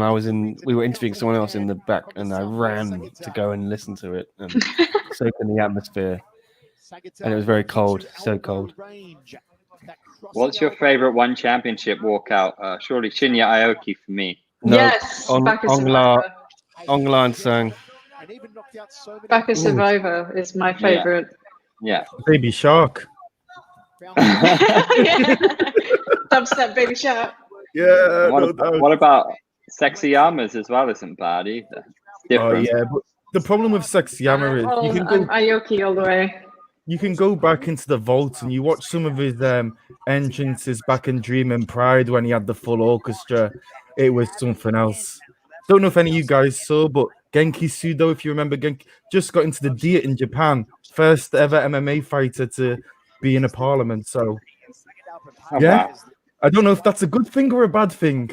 President Masvidal, President Covington. Well, Tito or as cheese long as Tito doesn't get into office. Yeah. Yeah.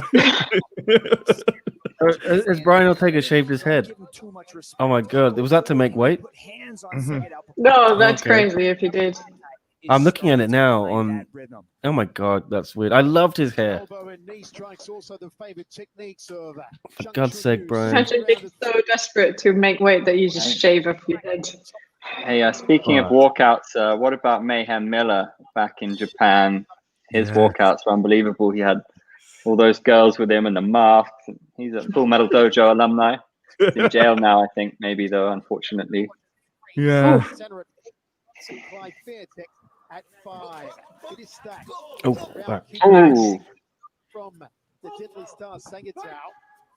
Jeez, imagine shaving your head before a fight. Like he's growing that head. Just as someone who is growing his hair, and it's taken me over 18 months to get there. I know no one cares. Just talking to myself. I think the last time I saw you, you had short hair, didn't you? Yeah, it takes ages. I feel for Brian. I hope it wasn't weight cut. You like this, Chris? Yeah. I think you look better for it with the short hair. I'm joking. Ooh.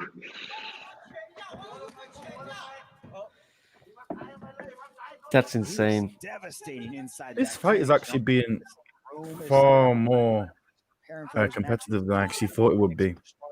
And he loves to mix Muay Thai into his mixed martial arts training almost exclusively. He does very little ground. It's definitely flying by, though. I just realized that second round. Yeah. Zhang Qinyu is one of the best China has. Well, there's not really any build up or break up in between the fights. It's really odd when they do these pre-recorded shows. Yeah. World champions on the one championship roster. And this man in the black and red. Yeah, man, that Yair Rodriguez, that KO's got to go down as one of the best KOs of all time. GOAT KOs have been the conversation this last week, right? Because of Buckley, but Yair Rodriguez, that was up there. The zombie KO, that was unbelievable. And there's no fighter in the whole division I'd love to see get KO'd more than Yair Rodriguez. There's something about him, it just doesn't sit well with me. How does he readjust to the Muay Thai world? I'll let you journalists put no comment there. I just don't feel the personal hatred when I look at his face. So I haven't got much to say on it. He's a fun fighter for me. Yeah, I like he's a fun fighter, and I like him as a fighter, but I find he has maybe some kind of arrogance. I don't know. I always remember when was it in Mexico City where they booed him out, and I don't know. I just didn't like the way he handled himself. No honor, no respect. It wasn't one championship level. No courage. A little bit of courage, eh? Gotta have courage to be a Mexican going back to America.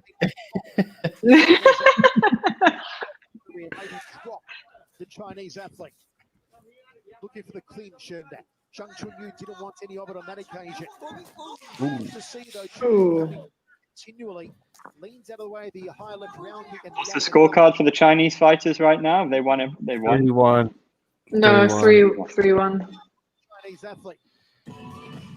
I think this is the first fight we've actually seen go into the last round to go either way so far. Yeah, it's been is that balanced. Nurofen on the ground? Oh my god, it is. Yeah. What a Yeah, spot. that's been there for a while, though. Really? Yeah. Beautiful counter from Sagadaw. I love Nurofen. It's good. It helps me out. Into his punch and just Good for those post-fight body aches. Yeah. It makes sense. Yeah. I want to see Sagadaw looking for more of those elbows on the break. A bit more aggression. Come out. He's starting to put these punches together. He's realized that he's taken a lot of Sagadaw Paiatai's big shots, and he's still there. So the respect is starting to drop as he's coming forward, throwing those hands. inside the Singapore Indoor Arena. What a thrill to be back in Singapore. I had Finally. Jan going into this, We had a reign of but I Dynasties think it might go the other number way. Mm. high standards of safety measures. How Yeah, well, dare he's you, had that Chris. time. He's had that time to kind of feel away the cobwebs. What's this referee doing? Let them fight. Come on. That was a bit much. They're newbies. They're newbies. It is a bit annoying, eh? Like you don't see mon amour, Olivier Coste, Oh, the spinning bane back of elbow. my photography career. Always get Right, his here we- ass in the shots. University champion. Connor Carter, Nikokoshev, Dimitriov, Masato Kurosawa, and Li Deng. But can he do enough to get a win? Someone's going to get a card. That cracking a rear leg round kick from the Deadly Star into the right forearm of Zhang Chunyu. As Dragon said earlier, Ooh, he needs to mix it it just up. That was ate that. Dragon. Beautiful timing on that left hand. The counter-striking game of Sagadao Papayata is truly something special. That's the first dump that Zhang Chenyu has actually been able to complete. The balance of Sagadao has been pretty on point tonight. Mitch, you know how hard it is to transition back and forth between kickboxing, Muay Thai, and mixed martial arts. And again, I'll highlight that I don't think Sagatao has missed a beat here tonight, returning to his roots, returning to Muay Thai. is it that difficult though to jump between? It's not turned out well recently for Stamp, has it? No. Yeah, I mean, Stamp is a different story. I'm one of them. She, I think it's okay to do more than one during your transition, but once you're fully in one, you should concentrate on one sport.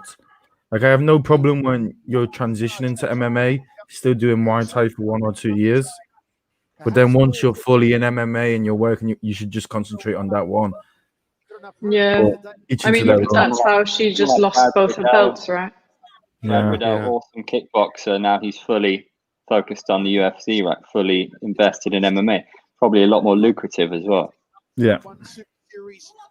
Do you think Stamp will stay in MMA? I think I'd like to so. see what she can do, wouldn't you? Well, Yeah, she's doing Well, pretty well thus far, I guess. I mean, I think it all depends with Stamp on the Grand Prix. I think if she does well in the Grand Prix, she'll stay in. I think if it's a disastrous Grand Prix, we might see her just concentrate on Muay Thai and kickboxing. yeah, maybe get her belts back. Yeah. She's got time on her side, man. She's so young, and I think that's a massive plus. But the fact that she's been a world champion in both those sports, she's undefeated in MMA, she may as well go full throttle into it. But Yeah. what do I know? Oh, you know a lot, Andy. I John respect getting you. some cage side commentary there. It's pro. Definitely one Mate, of the who's got this? 3 journalists at the SCMP. In the top Yeah. top 7 of the MMA section, hopefully. Yeah. No, top 4. You make Champions League. Oh, I'm an Arsenal fan, so I've got to be top 4. Yeah. not in recent years. Right, let's have a look at this. Oof. Walked into one there. Ooh, just ate twice. Wow. Ladies and gentlemen, Sagadao did enough. Yeah. now to the judges' scorecards. All 3 judges Yeah, unanimous. in favor of your winner by unanimous decision from the red corner. Yeah, boy. 2-3. 2-3? Victorious, yeah. Yeah. Deadly Star shines bright. Nice. Nice to see you guys. I've got to depart and do a bit of writing. This was fun as ever. This was good Yeah, no time. problem, Andy. Thanks, Andy. Cheers, Good to mate. see you, Thanks, Chris. Andy. Nice Yeah. one, Jasmine. Right. Thanks, Nick. I'll see you guys for a big one next time, hey? The Oh, biggest. Yes. The biggest biggest one. this year. Sweet. And all the fans 2 out weeks there, time, if you want more Andrew Whitelaw, like and subscribe to SCMP MMA. yeah. He's got a great interview with Ariane You're Lipsky. rocking, Check it out. rocking the colours. saying all the right things. You're the main man. Hey, I don't want to end this whole broadcast. If I want to depart gracefully, Nick. You just Before you leave, White what do you Law, want me to do? can we get a prediction for the last fight? Akimoto and Zhang? I don't know. I'm pretty torn about this one. I'm pretty torn about this one. I'm gonna go with Akimoto. What were you saying, Chris? I've got Zhang. He's ranked number 3 in the rankings. Another guy from Shenzhen. I've got to big up the South China. I can't help it. I wear my colours on my sleeve. Wrong sleeve. This sleeve. I'm going for the upset. Going for the upset. All right. Have a good one. Good one, boys. Bye. Thanks, Andrew. Yeah, see ya. Chris, we have a question for you. I think, or a statement, less a question. MMA, kickboxing, empty divisions are kind of thin. Is it possible? I think this is about stamped. Yeah. They can be a little bit thin, but I actually don't actually agree with that on either of them. Maybe the kickboxing is a little bit thin, but Janet Todd has done it all over the world. The MMA is not thin at all, particularly with this Grand Prix going, with Angela out. She's going to have to come against Jenny Huang, Mengbo, and Denise Sambonga. So I think you can argue that's thin. Obviously, with the Muay Thai, she's so good at Muay Thai that pretty much I don't think there's a foreigner out there. Oh, I know she lost the last fight, but if she concentrated on Muay Thai, I don't think there's anyone who would totally dominate it if she was concentrated on it. But obviously, that's not what she wants in her life. It's just the Muay Thai. No, I totally disagree. One has the best women's atomweight division in the world. It has probably the best women's atomweight kickboxing. And I don't know enough about the Muay Thai, but it's pretty solid. But I honestly, in my opinion, I don't think she can do all three. And I know women are great multitaskers, but I don't think she can do all three. I mean, I do. One is quite heavy on the atom weights in the women's division, isn't it? They don't really have much else, but that's because most of the female fighters are Western, Eastern. And like, just I don't know, what's her face? Sage's sister has just come in, and that fight was so awkward. That was so awkward. She was like half a foot taller. Yeah, Colby. Yeah, exactly. And how is that the same weight class? Like, I don't believe it. Yeah. It's they're a bit atom weight heavy. Well, I mean, a lot of atom weights, yeah, but then no straw weights. The straw weight division is just MMA. It's so sparse. Can I ask to any of the does anyone watching this? Does anyone have 3 different jobs? Probably not. Why should she have 3 different jobs? Like, if you move from one job to another, you do another job. And you don't keep doing the same job at the same time and working multiple hours. It's just not how it works. Yeah. Well, John, I interviewed Stamp last week, I think, and she said she wants to focus on MMA. But she also said if they offer me a rematch for either belt, I'll take that as well. I don't know what she wants. I think as well the problem is I don't think she's going to win that Grand Prix. I think as well the problem with Stamp is that particularly with the kickboxing and Muay Thai, they're all different rule sets as well. And particularly with kickboxing and Muay Thai, I mean, if you go and do a day training kickboxing. Oh, we lost Chris. You've muted. You muted yourself, Chris. You pressed some button. It's too intense for us. Am I back on? You're back. Yeah. Lost my train of thought, but the switching between codes, training. The difference in rule sets without the clinches, without the knees and the elbows, it can actually be very hard. And you do see a lot of the times when you have top kickboxers versus Muay Thai fighters and vice versa when they go under other rules. Like Patchdam is a good example, isn't it? Yeah. I mean, you can. Oh no, Patchmaricot. Sorry, Patchmaricot. Yeah, that was a good example. Yeah, because he in the quarterfinal against Petrosian, right? They ran that one back and then because he was not following the rules in the clinch apparently, and then I still think that Yeah, was a but I robbery. guess that you can say that was also the fault of the ref. Yes. But that was so hilarious seeing the drama that ensued after that. That was crazy. Yeah, I've Like had never all seen these that. like analysis videos. Yeah. Well, Chatri just, when was it? He immediately announced it, you know. Obviously, a lot of conspiracy theorists were saying he just wanted Petrosian to win. But I think it would have been bigger for him if Pet Marcotte won that. I don't know. Because was we it have another question. Duke Rufus back in the day in the 80s when he was a world kickboxing champion? He fought a Muay Thai guy, and then the Muay Thai kept getting a point taken off every round because he was just clinching and tripping him. But in the end, he just did so much damage to the leg because the Rufus brothers were famous for always laughing at Muay Thai and saying it doesn't work. And he actually couldn't get up off his stool to finish the fight.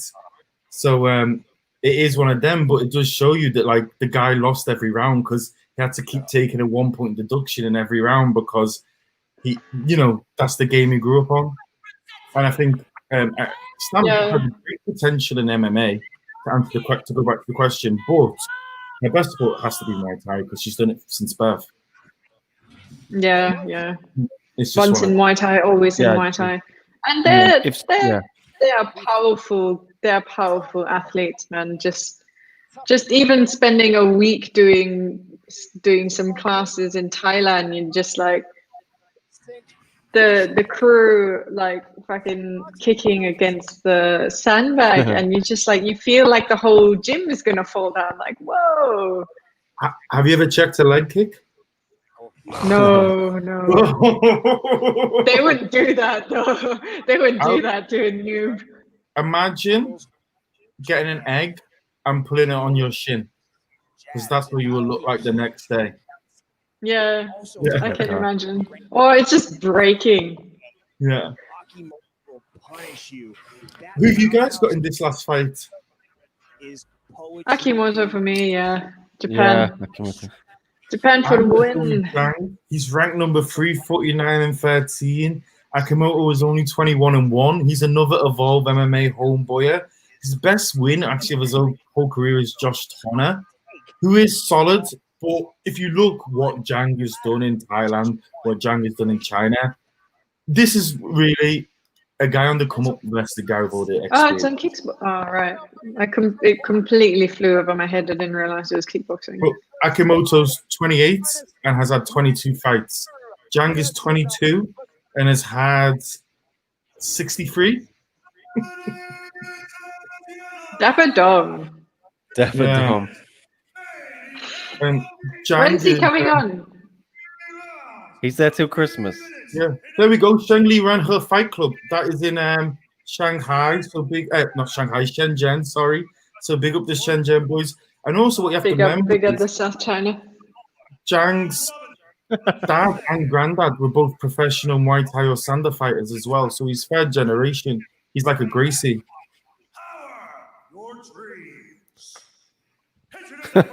King champion. Nice tidbits of knowledge from Chris. Glory champion. Have you got notes written down there? You do, don't you? You've made notes. Of course he has. No. I'm just rewatching. 49 and 13. I'm just rewatching what I said on the pre-fight podcast. The pre-fight, post-fight podcast. Yeah. Pre-fight, post-fight podcast. Yes. Yeah. We've got to think of a new name, I think. Well, I guess we can call this the mid-fight. It's the live fight companion. Okay. We need to catch your name, I think. I like fight companion. I think it's pretty good. It says what it does on the thing. We still need to do poolside, don't we? Yeah.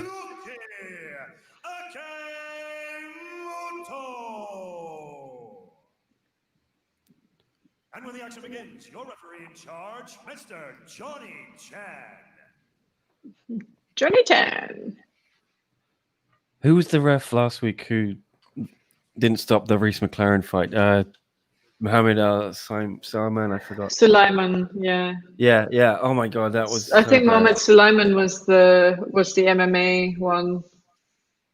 But Reese was like, I don't want to punch this guy. The guy was down on the floor, like covering his whole body. Jesus. Joel Winters has got Jang. Yeah, big up Joel. He knows what he's talking about. In one championship, can the referees referee in organizations or are they exclusive? I'm not sure. Yeah. I'm not sure. In Bellator, they can go elsewhere, but I never see one referees elsewhere. Maybe they're in like smaller events, but not other big ones. I only know Olivier, and I don't think he refs for anyone else. Olivier is not refereeing. No, he's got his own. He's got his own gym, I think. Yeah, but he doesn't ref for any other organization, I'm pretty sure. Yeah, only one. Tian, thank you, Tian, for joining us. Akimoto. Great work, great job, Tian. Thank you very much. I think he's also in the Elgin Street Massive. Most likely. Yeah. Respectful comment. I appreciate that. Thank you. Unlike some of your ruffian friends around you. Yeah. Akimoto has a beautiful style about him, and you can see the minor adjustments that Akimoto has made from the past. His guard is up a lot higher, protecting his head, and he's trying to be a little bit more aggressive. Oh man, massive gloves. Away from Zhang Qianlong. Yeah, that's the one thing. For the Muay Thai, they make them wear the small gloves, but for the kickboxing, they still use normal kickboxing gloves.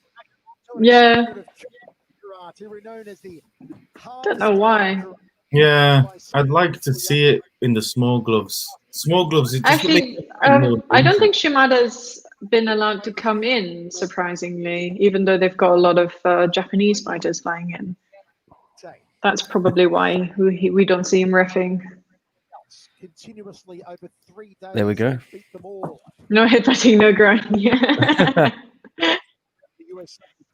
Can I do one more shout out? Nihonjin, just Tokodeska, Jungwo Ren, Zainari. Come on, guys. Tian is calling it second round. That's very, very precise. We'll see if that happens, Tian. If he doesn't, he owes you a drink. If you call it right, we'll send you a t-shirt.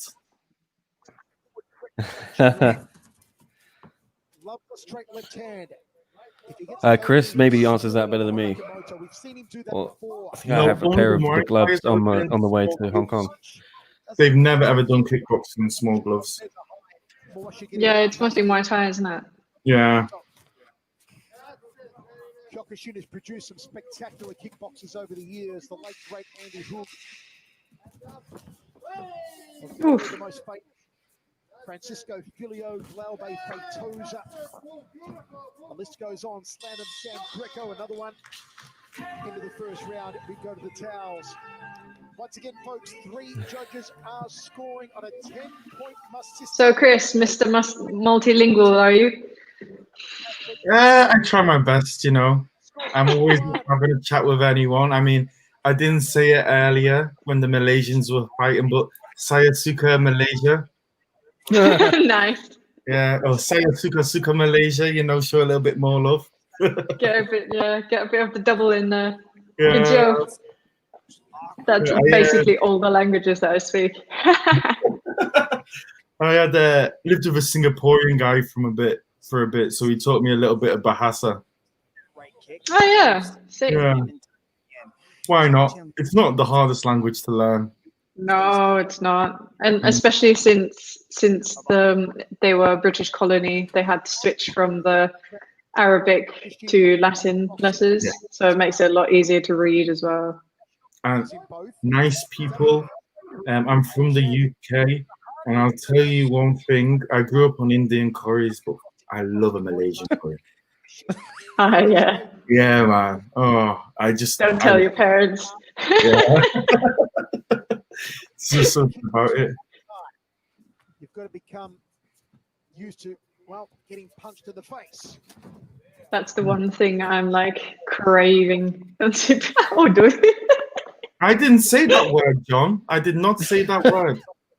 The header allowed, knees are allowed. Do you know I think what it's it some means? advice saying don't say it. Yeah. I don't know if we can say what it means. Let's not No, get. no, yeah. I just want a yes or no answer if you know what it means. I do not know what it means. Do I want to All know? right, I'll tell you later. That's the post show. Yeah. That's the post show. That's post fight podcast. Oh, There from Zhang Qinglong. well, His big brother, Zhang Chunyu, put up a great contest against Segadao. we're past 26 seconds in the second round, so unfortunately, Tian, no free t-shirt. No, Yeah, but I your think knockout. I did say that Epic he knockout owes you song, 2 yeah. drinks. Yeah. Oh, Ooh. So far tonight, Zhang Qinglong looking to make it 4-2 for the Chinese. They've been represented on every match tonight, and it's been a fantastic. We want event 3-3. for Team China. 3-3. So Come on. they'd wheel out a 7th fight next week or something. Yosh. Throws that right kick. Yosh, Akimoto-san. Balance and can wrap that shin around it your just neck. seems really, really odd that Zhang calls himself Muay Thai boy, but To land has far more fights in kickboxing. Shouldn't he be the kickboxing boy? really close at this point. Maybe it's too long. Yeah, that's true. Yeah, Muay Thai I guess might be easier. Yeah. All of our athletes have been staying at this Chinese sponsors. Tan says it's for the Chinese sponsors. A cynical take from Tan. Hey, we may have Xiaomi that's a Chinese sponsor, but we do have Food Panda, we have Xbox, we have NeuroFem. We got JBL, and is JBL owned by China now? We even have Fairtex on the floor. Come on. It's Yeah. international. This is one Food championship. Panda. International, yeah. Yeah. And you can see, Michael, how Akimoto kind of did. I like it when they do a card like this where they have a load of people from one country. I like it when they have a lot of people from 1 or 2 weight classes on a card because it gives us all something more to talk about. That's true, yeah. I mean- wish they could expand on the women's division a bit more. I've always said I don't understand why one Bellator or the UFC on International Women's Day have never done an all-women's card. Oh my gosh, Yeah, yes. talk about that. Like it just makes so much sense, doesn't it? Like all women, I'd love to see it. There's so much talent, and it'd just be nice because I think it would attract more women to the sport. Yeah, and isn't Misha like? Wasn't that her goal going into one, and then you just don't hear about it anymore? Like, What happened come on, to a woman. TV show? What was it called? Who Runs the World? Girls. Who Runs the World? Oh, her show, yeah. Yeah, that was the show. With yeah. a few episodes, and then I don't know if it's on TV in Singapore, but it disappeared off the internet. See these Chinese athletes develop, and we are seeing that in Zhang Qinglong. He's really I think Chatri, Misha if had you're watching him, another baby, right? Yeah. disrupting the pattern and the tempo of Actually, Akimoto. These exchanges. Yeah, I'm well, yeah. super just- I'm super disconnected because I'm literally not on social media anymore, and I don't know anything. I didn't even know Ortega shaved his head. It's like I didn't even know that Misha had another baby. It's so bad. yeah. But you're not even on Twitter. I am, but I don't use it anymore. I haven't used it since New Year's. Ah, that's what I was assuming because I followed you and you never followed me back. Oh, I'm what sorry. a Okay, prick. I'll Come log on. on just for you. Chris needs the followers. I definitely need the followers as well. I just post nothing. I don't know. Tan, we saw some blood earlier, didn't we? Yeah. Yeah, off of Aswan. The only thing is, Tan, I would say, is in Rising, everywhere in Asia, they will stop for cuts a lot earlier than they will in UFC or Bellator. Generally, Yeah. I don't want to speak out of turn, but generally Asian culture, blood on the floor is not a good look. Did they stop Yeah, that's true. Falayang's fight, right? Against, I cannot pronounce the guy's name, in Manila. Long and a southpaw stance in the boot. Gary I lost the mind with that. remember, he had that big cut. So, Yeah. nice little pirouette ties him up. Referee breaks I've got Jang here. But then when one stops a fight for cut, they go to who was winning the fight up until that point, right? It's not a medical stoppage. So like No, it's not a Flying medical won that stoppage. If it's a fight. medical Yeah. stoppage, oh no, there's a limit on that actually. I think it's if it's more than halfway through, then even if Oh, it's yeah, a medical that's right. stoppage, they'll whoever's been winning up to that point. If it's been earlier on, then they'll stop it. Good to know. I've got 2 rounds to 0 for Jang. Anyone else seeing differently here? No, Yeah. definitely not. I'm on the fence now actually. I'll tell you what, though. I think China's taking it home. Akamoto is bodied up, but this does really put words out to one, but to all the kickboxers. You know, Jang is ranked number 3. He's coming in here, he's doing the business during the pandemic, and he's 22 years of age. Does no one else see how ridiculous this is? 60-something fights, and he looks this good. Yeah. Ooh. He literally knocked the guy down when his foot hit his chin. That's how powerful he is. Oh. John weighing in on the stoppage gate. Yes, John. Generally, one stops fights way earlier. Very rarely you get a controversial late stoppage. Agreed. Yeah, I mean, it's very rare that you get anything controversial. I would love to see them bring back soccer kicks. No, I don't like soccer kicks. Yeah. I like it. Wasn't it Vera, the last one, who did that, and then they were like, "Ooh, maybe not anymore." Yeah.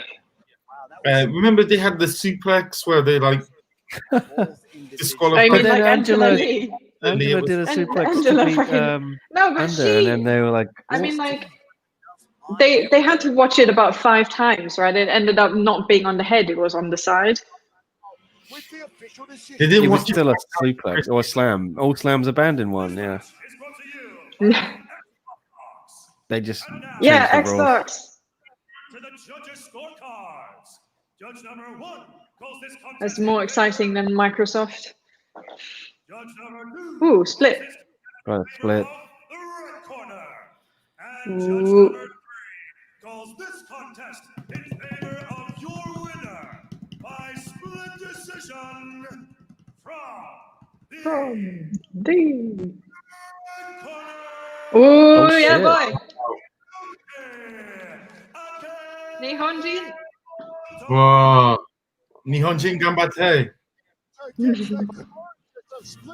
All right, with 3-3 then, I think. Well, that's really odd because Jang's ranked. Yeah. I thought he won the fight. So I Everyone guess is perplexed in the comments. John and Joel. Yeah. Oh wow. I'm I'm perplexed as well. will be ranked next week. Yeah. Yeah. If you beat the number 3, you're definitely going in the rankings, yeah. Yeah. I Yeah, actually thought definitely. after this, I would have loved to see Jang do it again with Nongo or have a go with Capitan. I thought that would be a great fight, but another spanner's in the work. But it does show you they have been signing so much talent in kickboxing and Muay Thai in one. There's sometimes we gloss over to talk about the MMA, but they are signing talent constantly. Yeah, they've signed a lot of kickboxers, haven't they, lately?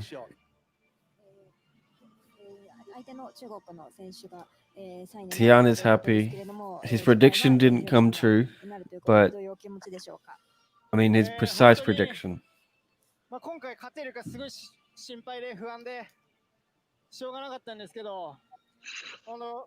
Is that controversial? I thought he did pretty well. 指導してくれて、つきっきりでやってくれて、その結果がこうやって出て本当に嬉しく思います。そしてランキングに入れることは本当に嬉しいですし、 Chris, translate. I'm quite loud. I don't want to interfere. I'm learning Japanese now, but like I only picked up pieces here and there. but my coach really helped me and supported me for this training, and I am really honored and excited to be in the rank and to be fighting again. All right, well, congratulations. Okay. To be fired. To get inside the reach of the taller man, Chung. Steve, where is Rich Franklin then? Yeah. Overcome on this occasion. Now, if you Oh man, when they did, he was so awkward doing that show, those two shows in the studio.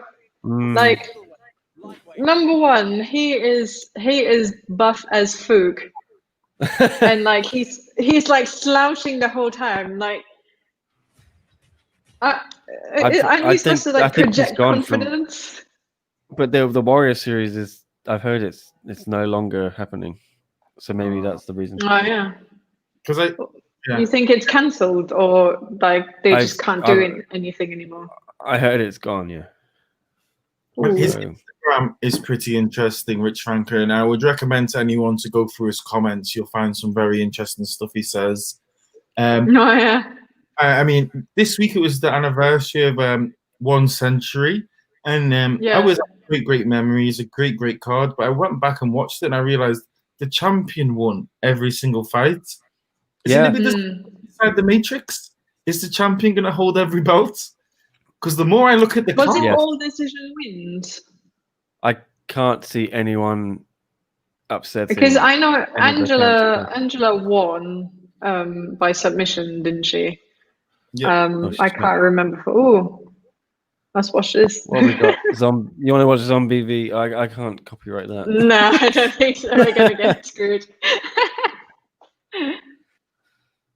I think the most likely to maybe get a win.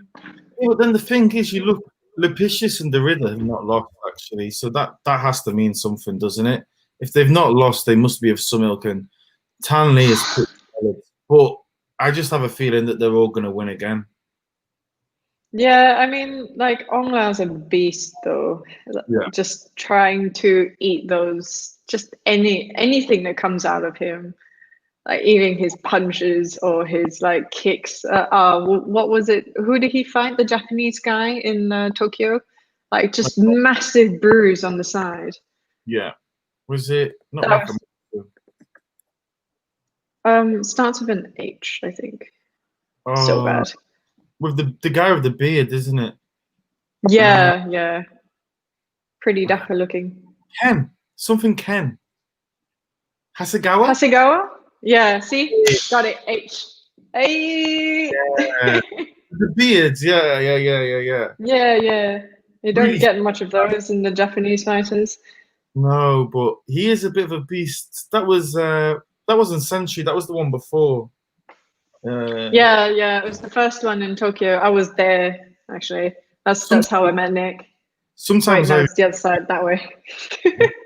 Sometimes I really wish they had numbers for one, because I'm tired of always having to remember all the names from like 2 years ago.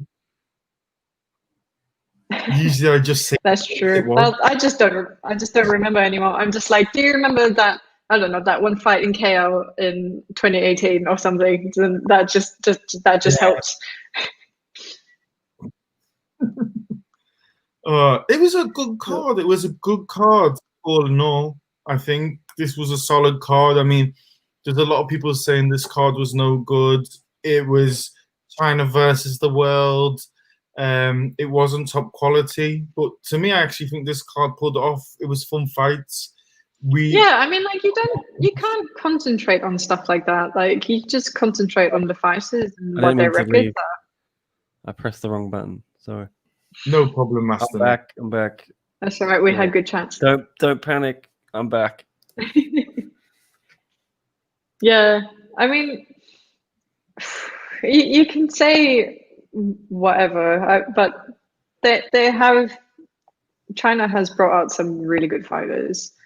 And just right now, there's a green lane with China, I think Singapore.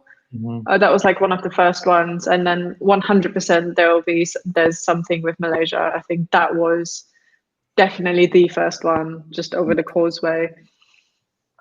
And so like if that's who they can get, then that's who they can get. Plus they had so many fights in China, they got cancelled.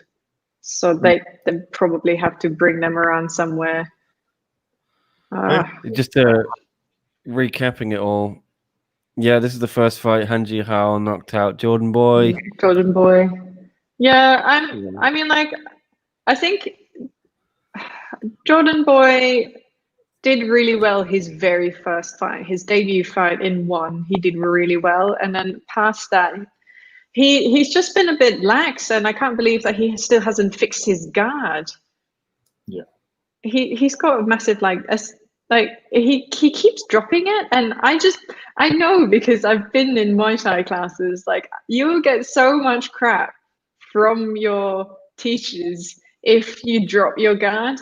So I don't know what he's doing. He's been doing this for ages now. Like, any fight that he's lost, it's because he keeps dropping his guard. To say hello to I. Hi, I. Hey, I. Yeah. Thanks for joining us after the show. Hi, I. I'm giving a little. My fight of the night would probably be the Sawada versus Miao Li Tao. Yeah, that would probably be even though that was mostly ground game, but that's just intense.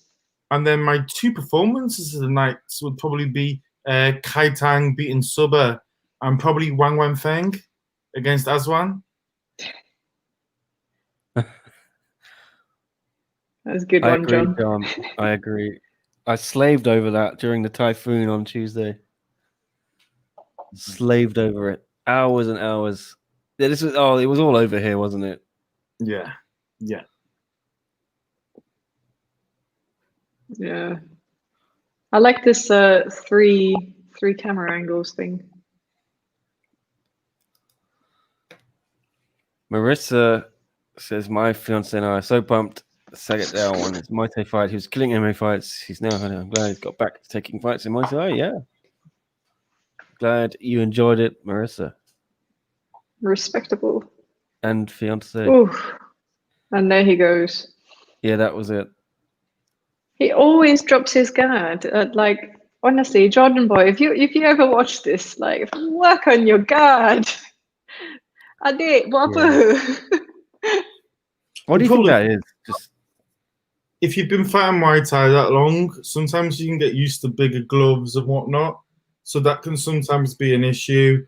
And because you do forget when you do have those bigger gloves on, if you're doing kickboxing or more Muay Thai sparring, obviously the bigger the gloves, the stronger your guard is. Space you got, yeah. And that is one thing that I do know, like Liam Harrison, quite a few of the guys from the UK, when they go over to one, they do find it very, very hard on those small gloves to really protect themselves. And they say, it does much more favor power and strength over technique, more so than in bigger gloves. all right. Well, so Fair enough. But I mean, if you know that they're doing smaller gloves, then that's something you can train for. But I mean, 100. if you make the same mistakes over and over and over again, just like Jordan Boy has, you need to have a word with him, Devlin. Then you're definitely not training properly. Yeah, I do. I do. My little bro, what are you doing? Yeah. It's a shame. But we were saying it this is because I think he knocked watching out it. his debut fight. Yeah. I think did he fight on that last KO card we saw in December? Oh, that was with someone who hasn't been around for some time. I can't remember his name. Saiful American. Yeah, Saiful American. He hasn't been fighting for so long. But what about this one? So, right, yeah, how many attempts at the rear naked choke did we have here? Oh, a ridiculous amount. 2 or 3 rounds in the first 2 rounds. Meow was definitely freaked out about not having a mouthpiece, though. He was like, "What are you doing? I would be as well. I'd protect my teeth." Yeah. To go back to that main event, would you like to see them redo that over 5? Are we going to go through one by one, probably, Nick? Yeah, I guess so. Yeah, I'm waiting for Yeah. them to upload the main event highlights. Hopefully they Fair enough. I would assume, though, that Meow, after a great performance, I think he should get another shot, maybe with someone who's a bit less jiu-jitsu heavy. Let him have a stand-up fight and see what he's really worth. Yeah, but I mean, you can't just get stand-up guys with stand-up guys all the time. You have like, I mean, I guess a good example would be seeing someone like Atkin getting annihilated. We got yeah. James here. Thank you, James. Shout out here. Shout out to the Philippines. Yeah, so James. Love the Philippines. Love the Philippines, James. I can't wait to go back. I really miss going to the Philippines to watch one in Manila. It's such a fun trip every time. Yeah, always so jealous. Always so jealous. Nick always sends me photos. Well, they like put telling me about all these stories. The hotel is amazing. The City of Dreams. Mall Arena, right? Yeah. But it's all all the fighters stay in the hotel with the casino in it. It's kind of like Vegas. It's crazy. Like a small version of Vegas. Well jealous. Yeah, oh my, I can't wait to go back. I hope one day I'll get to go back. So if all of these opened up and there was a one show in any city, which city would you guys most like to go to? Tokyo. I 100% want to go back to Tokyo. Yeah. That was so good. The first time that we all went, that was so That's good. when I met you, huh? Yeah, that was so good. We bonded over Star Wars. Yeah. Just I'm drinking a few 7-Eleven beers at 2 a.m. after the show. Yeah, that was sick. In the hotel lobby. Shout out to Tammy. Yeah, thanks for those beers, Tammy. You brought people together. Macau, it's the easiest one for me to go to. Macau, yeah. Yeah. Hasn't that been cancelled like 3 times now? Yeah. That's so sad.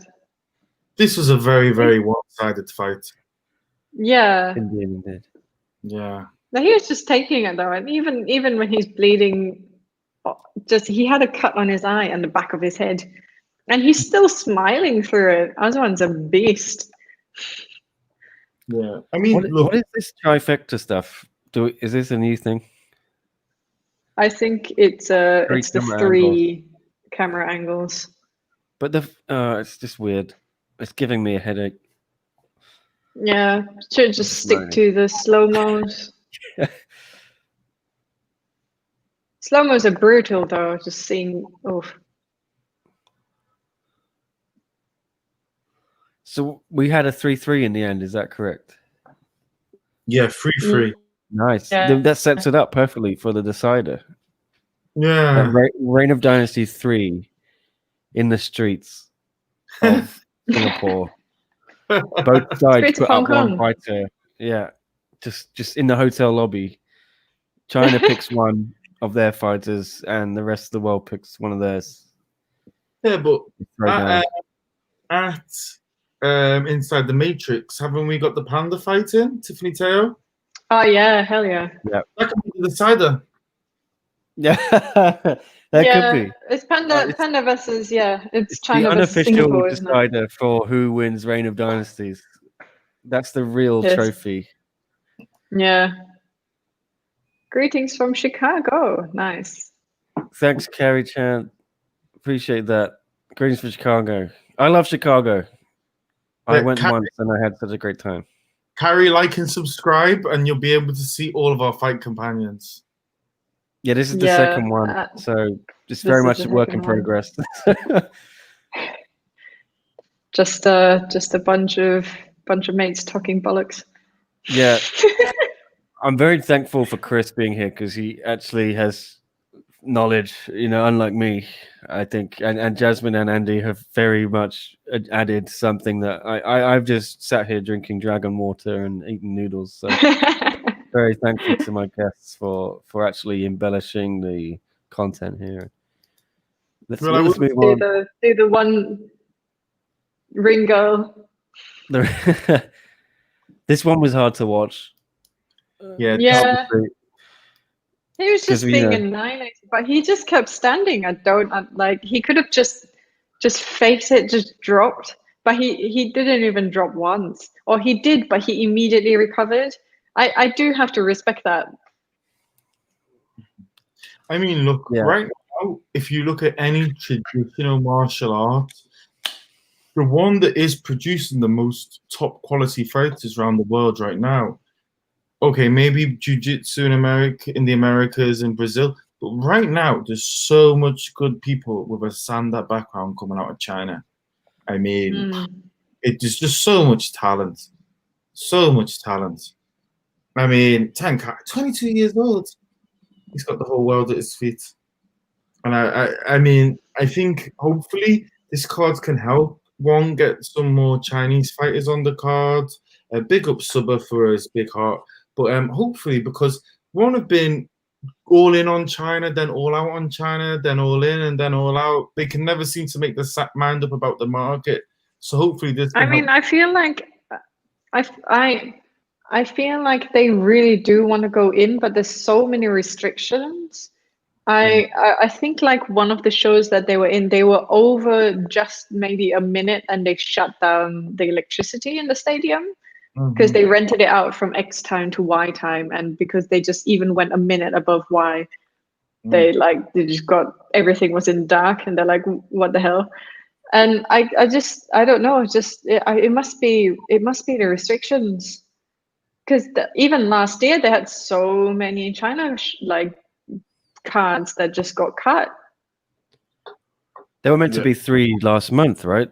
Yeah. Yeah. Last year, I think Guangzhou got cut. I think Shenzhen got cut. I think Shanghai and Beijing as well. Yeah, they still did Beijing and Chongqing, I think, but Shanghai, Guangzhou, and Shenzhen got cut.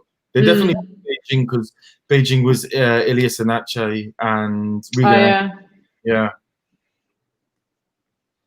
I was there for that one. I don't know if it was if it's policy or if it's just getting the visas, especially. That must be really difficult to get any like overseas fighter coming in. It's hard enough for a tourist to come in, much less like someone who's going there to fight. Oh yeah, 100%.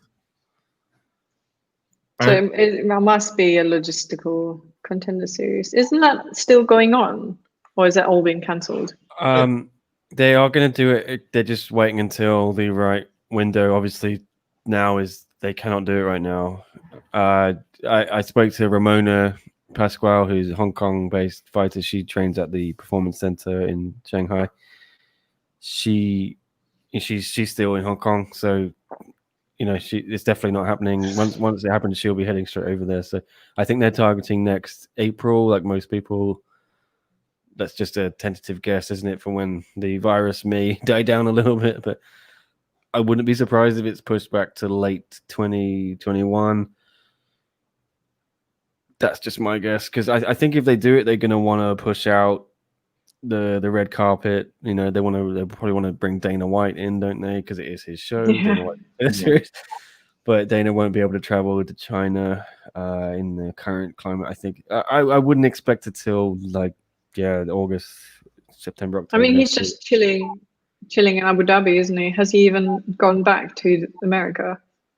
He bought a house there. That's how long he expects to be going back and forth between Vegas and Abu Dhabi. I think he knows he's there for another year.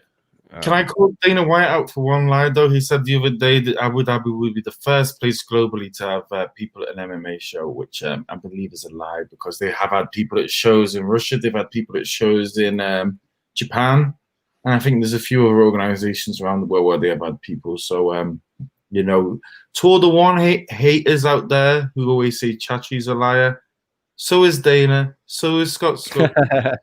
So everyone talks crap. Come on, like no one tells the truth. But I guess because Chatri boasts about honor and stuff, everyone wants to call him out even more.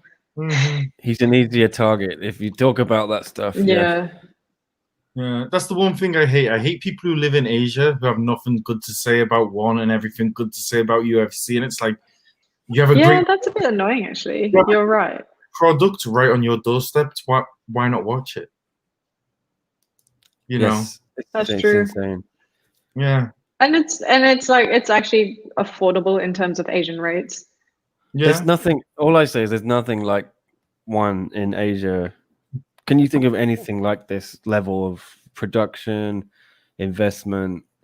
They make No, people I look don't like actually. stars. Just There's in nothing like this. general.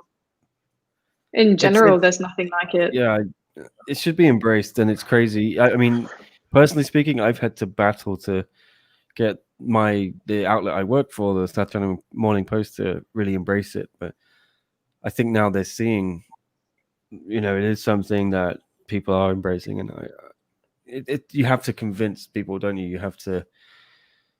That's half of the battle is just making it seem worth covering, and I think it's going to take a few more years, but the pandemic has set them back slightly, set everyone back, but they made big moves with DJ and Eddie. That was the start. I was Yeah. saying this to someone else. I do think they need to really try and capture another couple of big names if they can, who the West would, put their eyeballs on. I don't know. But the thing is, we always talk about Eddie and DJ. Sage still can't fight. And where's Vitor? Yeah. Vitor is gonna fight. He's gonna fight Alan, but he can't fly over because of the Brazilian thing.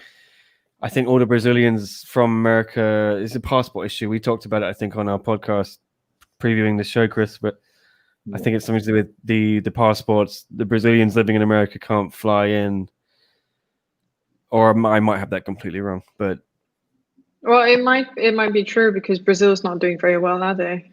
Can I say one thing that quick to Kerry Chan? Yeah, there is a great amount of Sander talent coming out of China.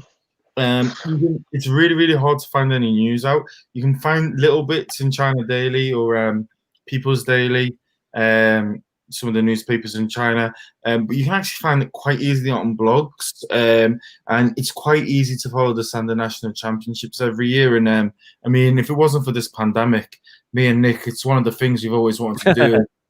Go and do a little film one day about the Sander National Championship in China, because it is something to be believed. Is that the thing that Muslim Selikov won?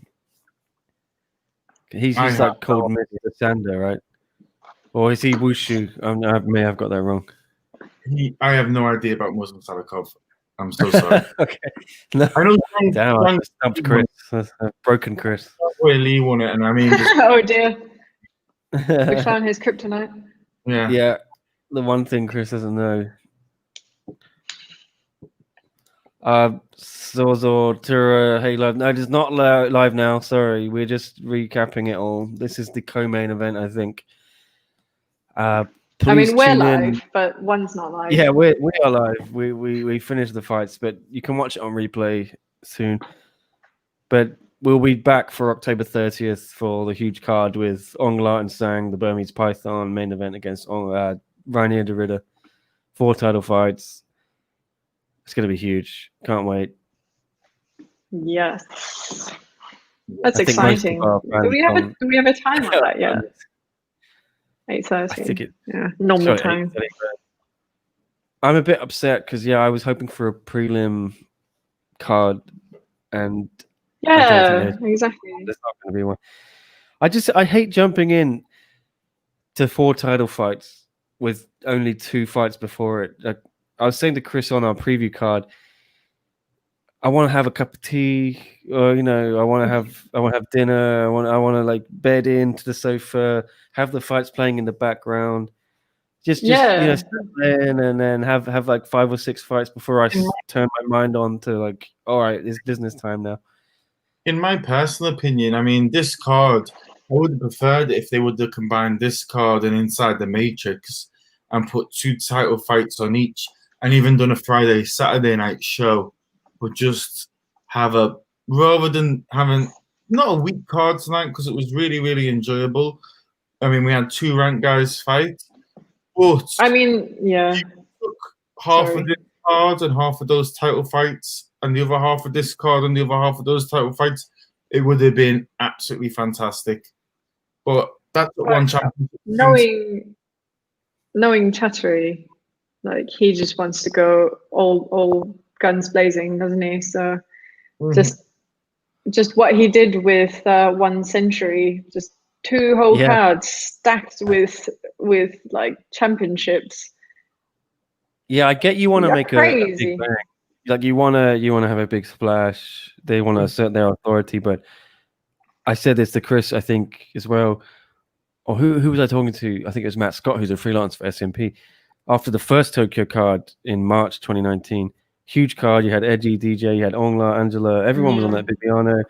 And then the next month, it was just such a drop off. I think Martin was headlining, and Martin is awesome. Martin deserved to be on that Tokyo card if you were just going to throw everyone on there, because he's one of the best fighters.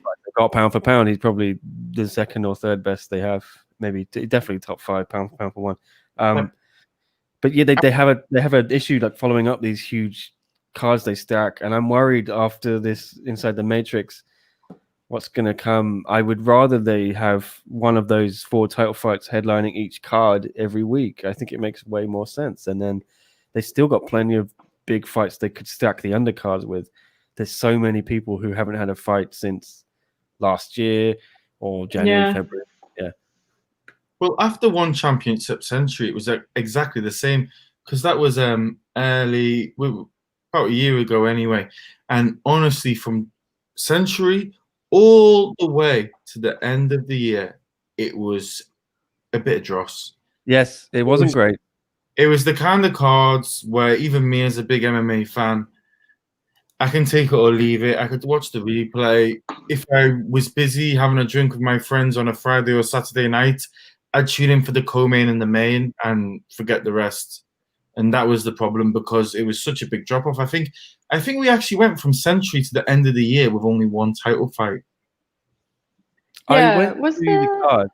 They had a good. The card in Miller was all right, because you had Josh Pasio defending his title against. Yeah, you had the Lakai boys. The Lakai boys are always the best. The Manila but cards. I think the one after that was Malaysia, wasn't it? KO. Yeah, and that was pretty weak. I think that was Sam and the main event. The main was interest that the one with Angela where she lost? No, that was the July. Yeah, that was the July one. For me, the December card. I wasn't there for the December one. Yeah, I wasn't there. The main interest was actually Teal Tang, because he had Ong La and Martin there cornering him. So that was the big story I was chasing. But that said, just the amount of crowd that he managed to bring in. Yeah, Christ, it was for his boy, Jesus. But they were there for Teal as well, and it was, I think, the 2nd or 3rd fight on the card, and you had a half-empty arena, but you had like a pocket of about 200, 300, like, diehard Burmese, because there's a big community in Malaysia. Is that right? I think we may have lost Jasmine. Yeah. Oh, here we go. You're back.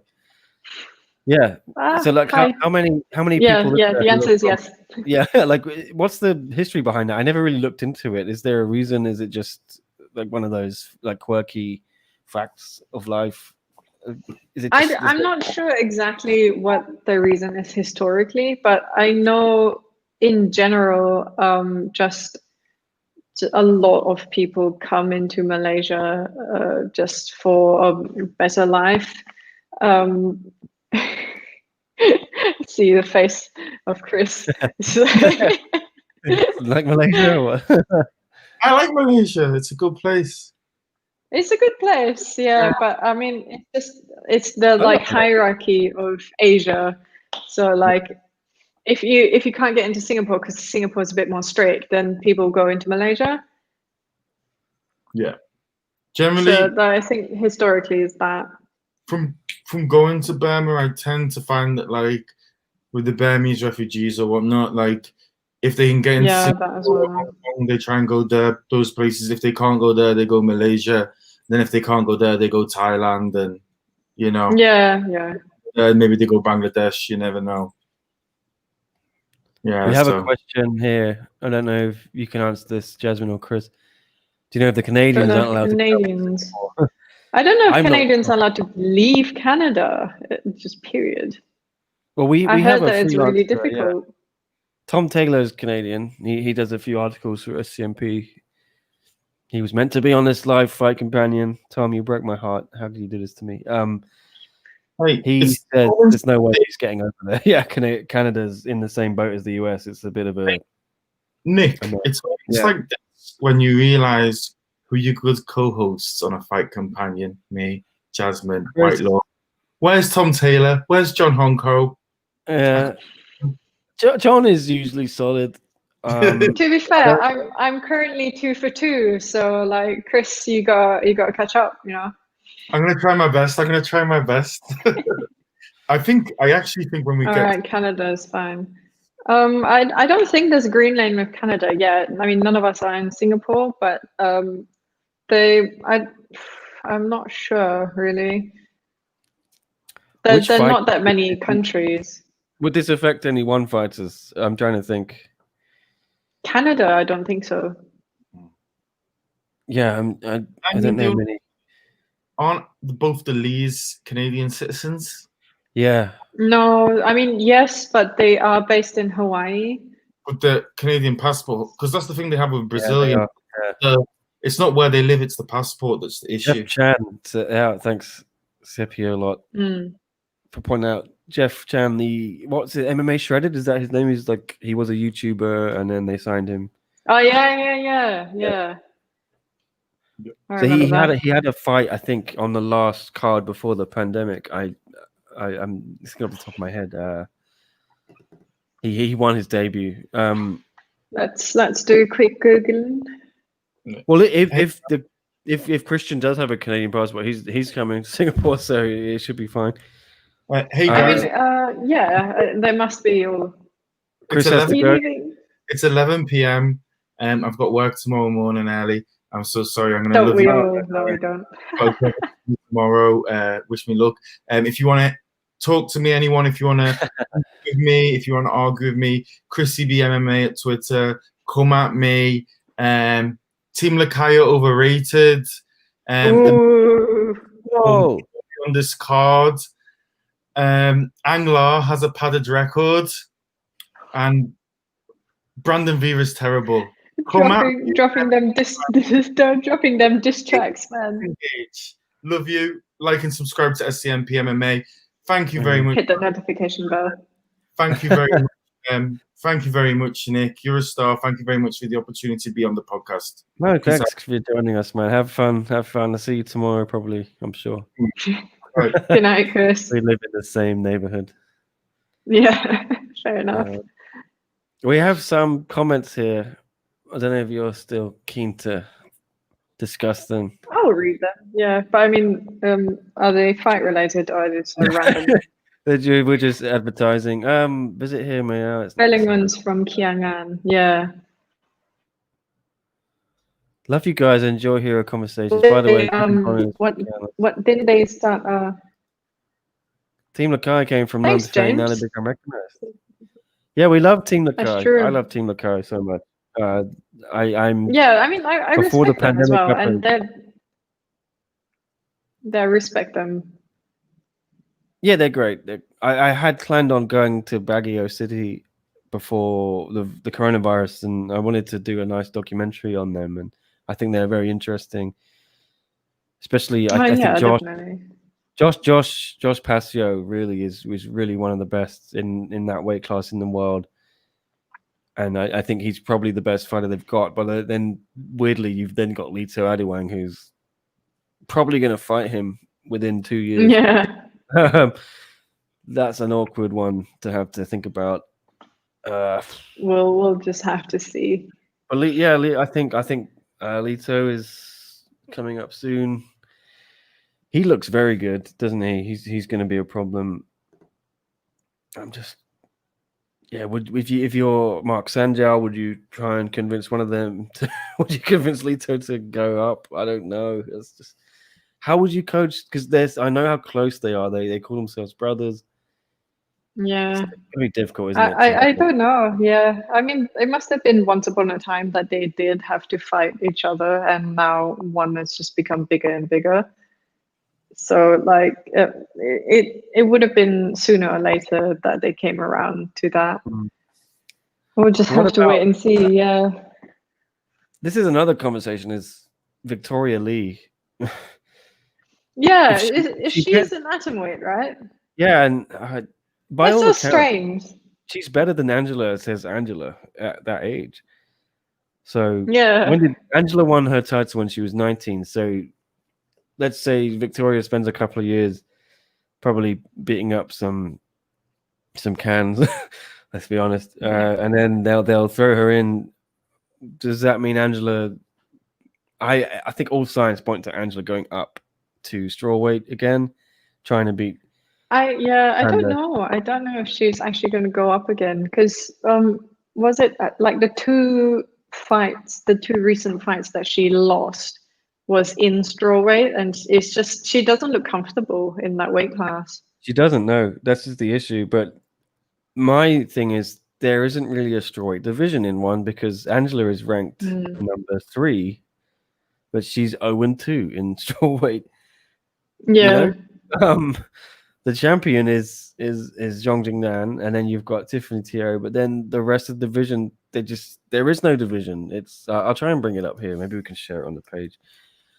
This is a division one needs to look at, and I think there are a few divisions they need to look at. I'll give one credit. They just need to be more than women's atomweight. Like honestly, Yeah. there are so many. Like what's Colby fighting at? She's like in straw. Is she in strawweight? No, she's in fly. Is she in flyweight? Can't remember. Is she even MMA or what? I think she's in MMA. She must be. She's not ranked, or is she? I hope not. No. Okay. Or you just have to look her up. But I Well, mean, look, there's just women- so many female fighters that are just like they're signed, but they're just you just don't see them at all. They don't see the light of day. Yeah, So I'm annoyed. Colby. You know me. We've talked about this privately. I was really annoyed when Sage Northcutt. Oh, she's in kickboxing. Yeah. Yeah, kickboxing. So when Cosmo knocked out Sage Northcutt, you're like, wow, okay, we've got a star on our hands. This guy, let's push him to the moon. Any normal promoter, I think, would have done that, and they just sidelined Cosmo for a year, over a But year. I feel like it's just all the Brazilian fighters, isn't it, at the moment? Yeah, again, the one who beat Angela, Michelle Nicolini, Brazilian. All right, you have a fighter. Yeah, where's she gone? She hasn't fought since. It's like when I Holly don't Holm think I've won seen the her Rousey, fight right? before that as well. She fought before that, but she lost to Tiffany, I think, and then. Oh, that was like ages ago. Yeah. Here are the rankings anyway. But my point is, like, when Holly Holm beat Ronda Rousey, UFC realized let's push her to the moon, and they did, and they're still making money off Holly Holm like 5 years later. Yeah, see, there's only like three. Yeah, three or four. And I've lost them. The ones that are in it, Angela is 3rd ranked, and she's 0-2 in strawweight. Do you know what I mean? Michelle Nicolini is number 2, and she's not fought since beating Angela a year and a half ago, nearly, or 15 months ago. Sort the division out. If you're gonna have rankings, you gotta be deeper than that. Yeah, like they just need to. I just in general they need to work on their women's cards, like just all of them. I'm sure there's so many fighters. I just like I did a lot of research on this, and I'm like, there's so many people in like women's flyweight, and like, where are they? Flyweight, and like, I mean, it's just always been atomweight. It's like Stamp is in atomweight, and like now Denise, she's in atomweight, and Angela is the queen of atomweight.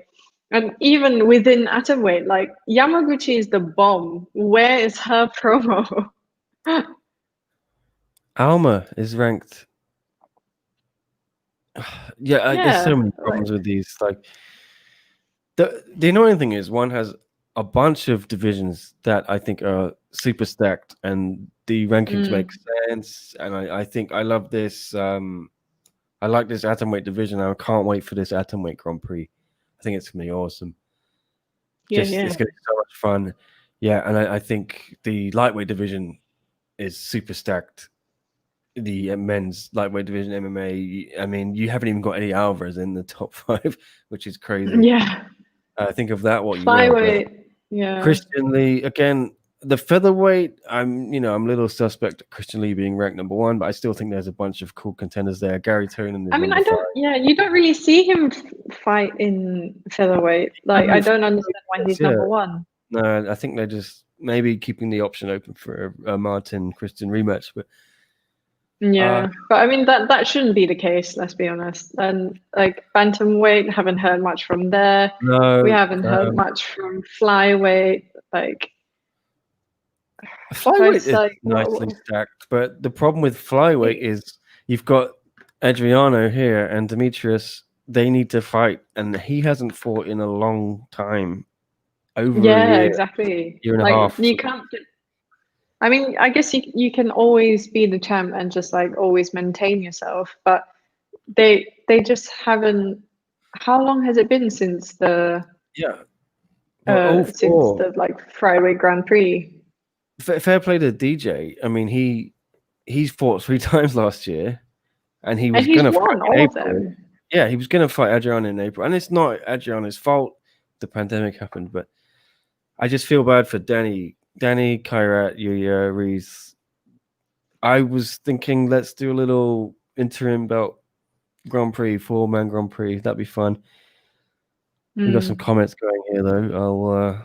James, I think Angelique must vacate or surrender her belt because she cannot fight now because she's pregnant. Want to hear your comments, guys. We touched on it briefly earlier, but yeah, Jasmine, you're on the side of you think Angela should keep her belt, right?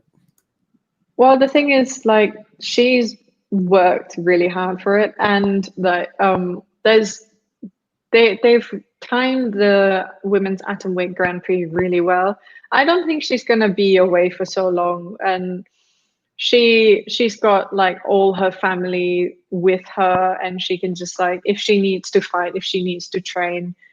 I think she'll be a good working mum, I would say. So I don't think she's going to be out for that much longer. She's got what, 6 more months on her pregnancy, and then maybe she's 3 months before she's or even less before she starts training again. Like you just can't take Angela away from the sport.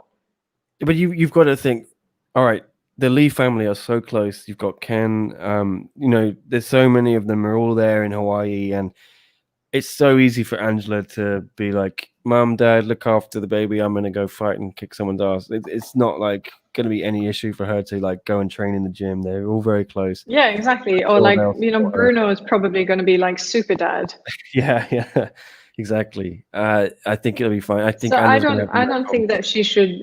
I don't think she should surrender it. Like honestly, there's been no. I mean, Denise has been doing very well, yes, but during just everyone's record, she hasn't really earned the title shot yet. I think it'll be 1 or 2 more. Okay, yes, she's now number 1 ranked, but yeah, I feel like Juan has backed himself into a corner because by making the rankings they've made, when you make rankings, and when you have Mei Yamaguchi who pushed Angela Lee all the way, and then when Denise Zambwinger goes and beats Mei Yamaguchi, and then you tweet out on the live show saying with Chatri, you put Chatri's tweet on the show saying Denise is now the number 1 contender. You've created a problem when you don't then deliver that match. I know that they didn't realize the pandemic was going to keep them from having a show for a long time, but Denise is the number 1. I guess that's why. Yeah, that's why they have the Grand Prix, and then, I mean, it is fair. The Grand Prix, whoever wins the Grand Prix, then becomes the interim contender. Just like every other Grand Prix, except for lightweight men's. That one was just so bad. Yeah, that was a mess. But shit happened. Generally, I love the Grand Prix. We have a familiar face is piping up. I thought you'd left, Chris. All right, he's yeah. What? Yan Chen and Michelle Watson be great signs for the one championship women's strawweight. Agreed. Yeah, that's true. I mean, B He's just Nguyen putting is us very on the close background, I to. think, Chris. Yeah, I think B is close to Michelle. I think they train together in.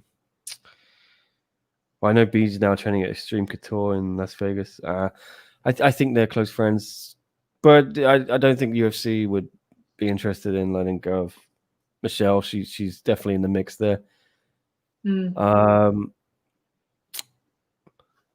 Cooking dinner. Okay. Good on you. Cooking super or dinner? Which one? Supper? Super. Yeah, that's it. I've not heard much about Lineker. in the future matchup. Ooh, Bellingham Lineker. I cannot say anything officially, but I would like to see that, and maybe that'll happen. Wink, wink.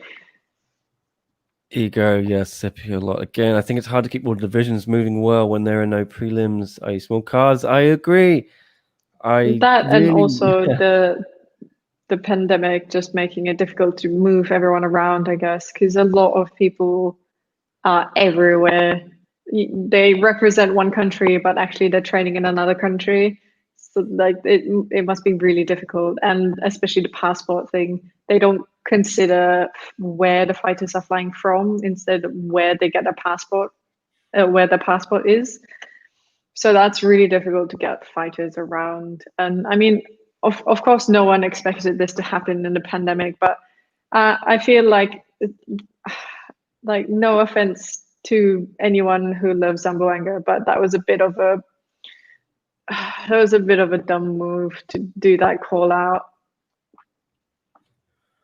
The Denise, that was a bit like. I mean, it's in the middle of a pandemic. I mean, it's nice. Like this whole little drama in one, like this, it gives a fresh spin on things. Because a lot of people have been saying, "Oh, there's no drama; it's so boring." Well, James is asking. I respect your opinion, guys. Thank you, James. But if she's really the champion, maybe can fight the one who took from her if she's ready again. Yeah, I'm fully. Yeah, we agree, right, Jasmine, that the Grand Prix is a good idea. Yeah, exactly. It's well timed as well. It's it's the only women's division that they are concentrating on heavily. So them doing a women's atomweight Grand Prix really will just if Denise actually deserves it, if she beats that Grand Prix, then she'll meet Angela at the end of it. And I really don't think that Angela's going to be away for too long. No. Like genuinely knowing her, and just as a fighter as well, just you're going to see her back quite quickly. I think it's just all a matter of logistics. She'll be training like a week after she gives birth. I think she'll be back in the gym. Like that's how driven she is. Yeah. Like, she's saying as soon as she gets the okay. Yeah, she was saying on Instagram, like, I want to train now, even though I'm 3 months pregnant. Like, she's trying to think, like, what training can I do? Like, that's how driven she is. And yeah. Look, you're allowed to do light exercises when you're pregnant, I think. If we're gonna go on, defending titles, when's the last time Brandon defended the heavyweight title? I can't even remember. That's true. When's the last time Adriano we haven't seen Brandon flyweight? We haven't seen I guess Bellingham is fairly recent. When's the last time the welterweight title was defended? I was living in my old apartment, which was a long time ago. Abasov beat Kedistam. That was definitely a while ago. We cannot. Yeah, we haven't seen heavyweight. So Ongla just did light heavyweight in Tokyo, and then he's doing middleweight now, right? Yeah, and there are no light heavyweights in one. And They have That's signed another understacked. Yeah, they don't have rankings for middleweight, light heavyweight, and heavyweight, and the reason is the divisions aren't deep enough. Middleweight, they are just about scraping by because they had that There's not Leandro. enough big boys. No, there are encouraging signs. They've signed a bunch of heavyweights recently, and good heavyweights with pedigree. Amir Ali Akbari, Yeah.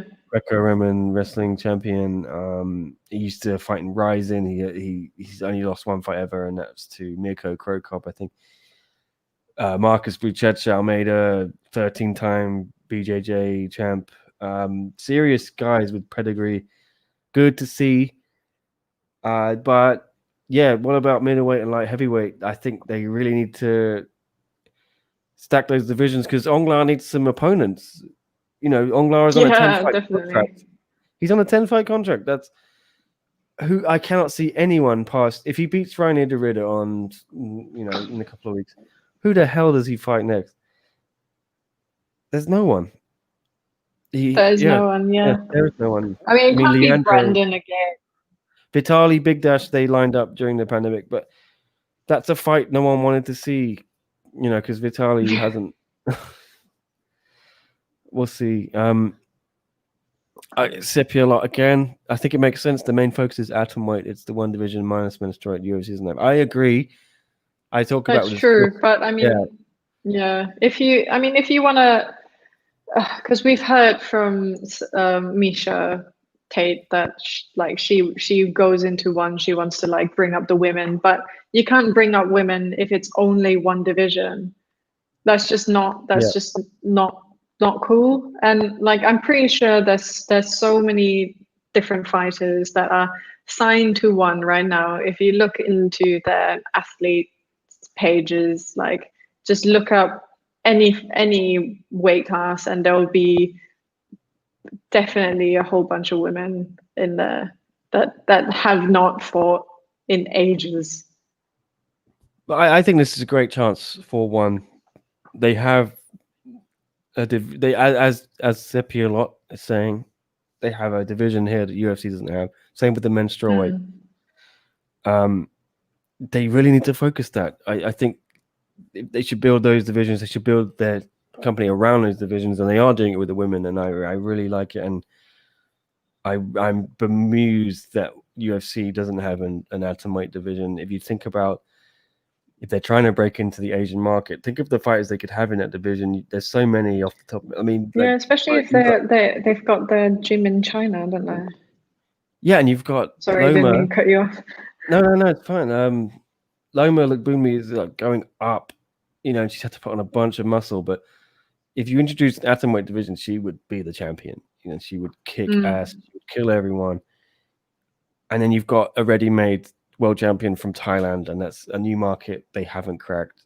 Look how big they are, and they're making so much waves in China off the back of Zhang Weili. 1 year, and they're huge in China now. There's bunch of Chinese journalists are on every conference call and media call in UFC now. They were not there a year ago. Yeah. This is how you do it. I mean, they didn't have a reason to be. Yeah, the UFC knows what they're doing. Exactly. Yeah. I just think one should really. I think they will do this. I think they're going to make a big deal out of this atomweight Grand Prix. I think that's. I mean, of course, but the argument here is that they're focusing a bit too much. There's I don't think I've seen any other women's weight class for a very long time. The strawweight division sucks, yeah, and I think they that as well. I would like them to pad that out. Yeah, I don't even remember how Angela won her belt. Genuinely. Yeah, and when Angela won the belt, the division wasn't as good as it is now, and this is why I think people are keen to see her defend the belt again. Anyway, let's move on. James says it's only Passion defensive titles. Titles, how many times? How about the others? Just asking. Yeah, Joshua. Yeah, that's true. Joshua's game. You first. He loves defending his titles. He's always game to fight. He is one of the best they have. People don't realize how Yeah. good that guy is. If you look in like the worldwide rankings of divisions, he's up there. In like there are not many who are better than him. But how many one fighters can you say that about? Not many. I think really he is pound for pound when at his weight, like world class. Yeah, Patio and I would say Martin Hyon definitely pound for pound. Yeah. Or Shizzle. Might get in trouble for this, but yeah, we had a top 20 on SCMP, top 20 Asian fighters for 2020. Yeah, I think our highest was Martin and Christian. I think Christian's one of the best in the world as well. Yeah, I mean, he is a good fighter. Ongla. Like, I respect the Lee family very much, but it's a bit also like having two sisters in the same weight class. Like, that's going to be a tough one to sell. Tough, yeah. Really. That's why like I think you've had Angela as the princess for so long. I don't know if it was Andy or someone said on the chat earlier, if Christian beats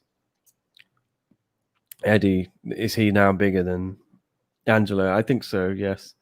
I think so, yeah. I mean, Angela hasn't. She's not beating anyone. She hasn't really, yeah. I respect Exactly. everything Angela's done, and I just if you have to always judge these things on opposition, and in that regard, that's why I think Martin is probably pound for pound the best fighter one has. We know, like homegrown fighter, let's say, like obviously DJ is the man, but if you're talking like original one championship fighters, Martin, the level of guys he's fought, level of guys he's trained with, level of guys he's beaten, Christian is a close second. I think Ongla. Yeah, I mean, Ongla like he's beat Aoki, and it's a bit like Christian has beat Aoki. He's definitely going to if Eddie somehow makes it up to like the challenger, he might just beat Eddie as well, and that's just two massive names from two different organizations. If Christian beats Eddie, then Eddie needs to either move down, or he's got to think about changing weight class or retiring, because he's 36. He'll be 37 soon, I think. And he's come to one championship to win the belt, and it's such a good matchup because it's like the grizzled vet against the young lion. Yeah, I mean that would be such a good sell. That would be such a good sell. And if I mean, you can just see how just everyone's been dominating Eddie. He's only won once, hasn't he? In he's one, rising yeah. star once as Andrew. Who's the biggest rising star? I think I've thought about this before. I think Lito Adewang is very, very good in that strawweight division. As we were talking earlier, there's a problem there with his teammate being the champ. Gary Tonin. Yeah. I think Reese is picking up now, actually. Gary Tonin, I wonder what they're going to do with him, because he's just blowing everyone away. Are they willing to put him against Martin soon? I'm not sure. They seem like they were. But I mean, I guess maybe it was easier to get Trang on Tang. I don't know. Tan Lee. I just don't know what happens if Martin fights Gary. That's such an interesting matchup. But Gary's is good at submission. It's just, I love Martin. I don't know, that fight that's why I want to see it. But yeah, if we're talking about rising stars, he's definitely one of them. I can't think of any others. Denise, you could argue, I guess. You could argue Denise. Yeah. I mean, like I would have thought, if you want to say in terms of women's, then Denise and Jihin was doing really well until like recently. But whew, in terms of men, I'm not sure actually. I haven't thought about this deeply enough. I can't answer you, Andy. Sorry. Yeah, Andy, you should give us your comment. Who do you think the biggest rising star is? James got back to us on that. If Eddie wins, Eddie Alvarez wins rematch to Edward. So you want to see Eddie Alvarez against Edward Falayan again? I want to see that match actually because it was very interesting. Falayan had Eddie Alvarez in all sorts of trouble, and if he hadn't exactly. dived in, Falayan would have won that fight if he just stood up and if he just don't get. I wasn't expecting that to be a loss actually, but you know, I'm always welcome to be surprised. I was there and I just thought, oh my god, no, Eddie's gonna lose again because he had that ankle injury, and I just thought, yeah. He's gonna no way. There's no way Flying will jump onto. Okay, Flying just stupidly jumped on him, and then that threw Eddie Alvarez a lifeline. But good on Eddie. Eddie says a lot. He thrives on the you know when his back's against the wall. That's when he that's his best performances, and I think he showed that there. But I am worried. Eddie said recently these guys in his division are a lot bigger than him, and they are. I think Liang and Nasty Yukin were both noticeably bigger than him at the face-offs and weigh-ins. He's got to think carefully. He's had a year off. He said he's got which division he was in UFC. Lightweight, but it's just like the same. But it's different, isn't it? Yeah. Yeah, but like he's now fighting 100, and he's hydrated fighting that. But these guys are much bigger than him, and he's got to figure out why and how and what he can do. And we'll see. He says he's been building up with the year off, so maybe that helps. But maybe we'll have to wait and see. But I don't know what else. Hirata is pretty good as well. Yeah. There was another Japanese fighter that I really like. I can't remember her name right now. I'm so bad with names, but she's really good. And it might actually be. Is Adewan fighting on the 30th? Says Andy.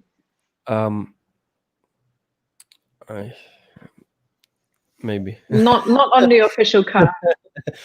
I can say that because I just took a look. It's not on the official card. Oh my gosh. You guys know anything about BVN? Dash and Mangat fighting soon. They both can. Yes. If you can pull the pieces together, or whatever. I can't really say it, but I would expect they are both fighting soon. It's up to one. Really, I wish one would clarify what's going on.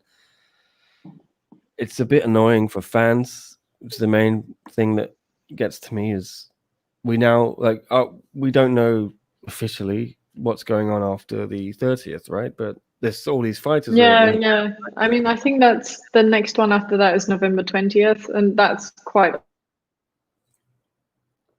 Yeah, I know why they're doing what they're doing, but yeah, it's. I just wish they'd be transparent about the situation. It's annoyed me. Yeah, I mean, we would respect that, especially as fans. I think so. Yeah, they did it in Bangkok, and they tried to pass it off as, oh no, these shows are live too. And then I think some of the Thai media exposed it, and then they had to say yes, it's not live. And it's. I mean, it was live when it was recorded.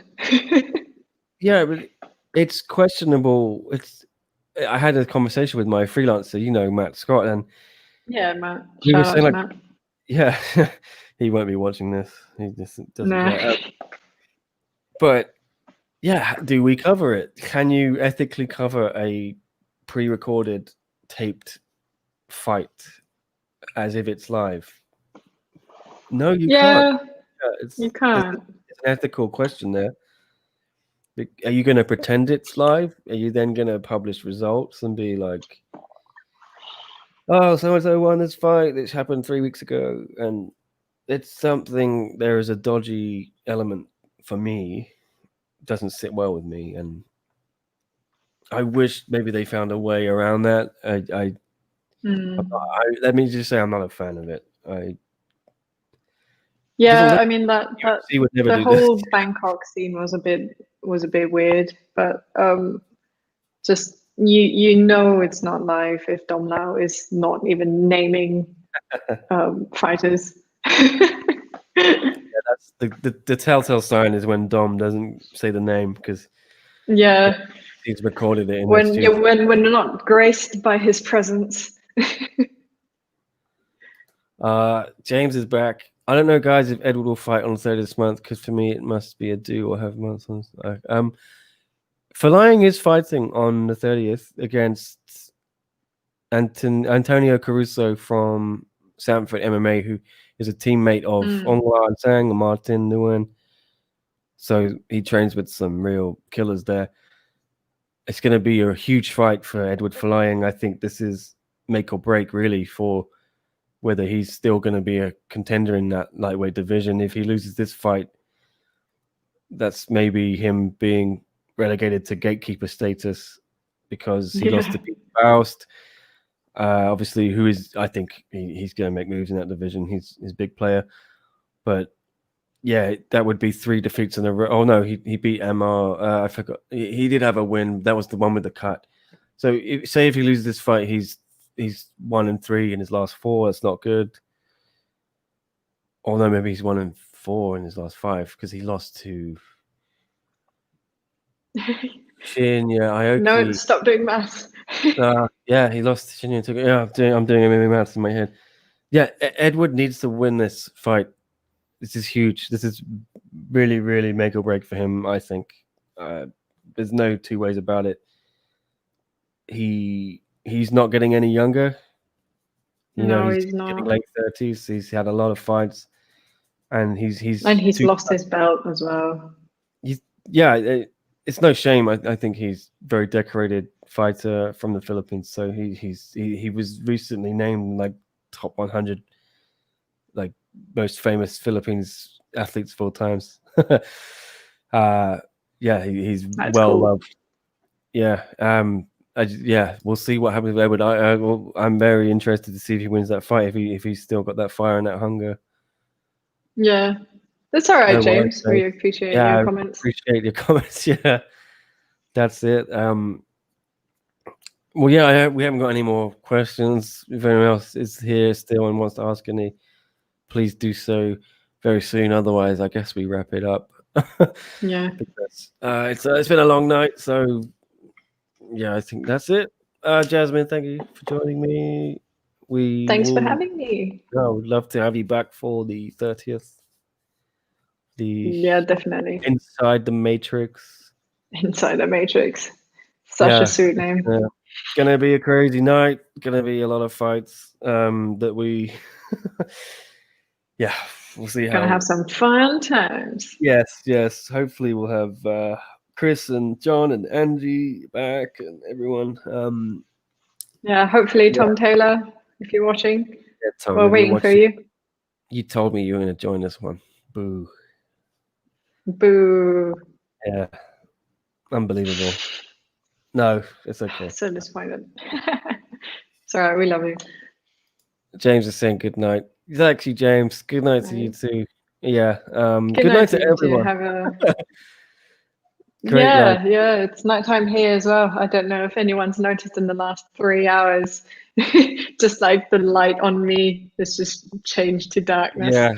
Well, I'm coming up on midnight in Hong Kong, so No, thank you. We appreciate you've asked a bunch of questions, Sippy, a lot, and you've made a bunch of nice comments. Really love the interaction, and this is what we want to do. We want to get people talking and chatting and interacting, and it's really fun. Just even if there are just 20 people interacting, it's great to just talk, and hopefully, we've all had fun. I think I've definitely had fun, and thanks, Jasmine. I always have fun. It's always fun. Yeah, everyone who's asked, who's written comments, we really appreciate it. And please do check back on October 30th. We're gonna have the live show again. I imagine there'll be a lot more people watching. I think if you want to know when that. Yeah. Subscribe to if you're on YouTube. Subscribe. If you're Yeah. on Facebook, follow SCMP MMA. Yeah, please follow us, like us. We're going to go all out for the 30th. I think it's going to be a huge show, and we would love your comments and everything, your questions. Thank you, Chris. There he is. Thanks, Chris. Yeah, we appreciate Chris jumping on earlier. I hope you had a good dinner, Chris. You deserve it, man. Hopefully, it You was some Malaysian curry. Yeah. Anyway, let me sign off. It's been a while. Cheers, guys. Thanks for watching. We'll see you again next time. Thank you so much.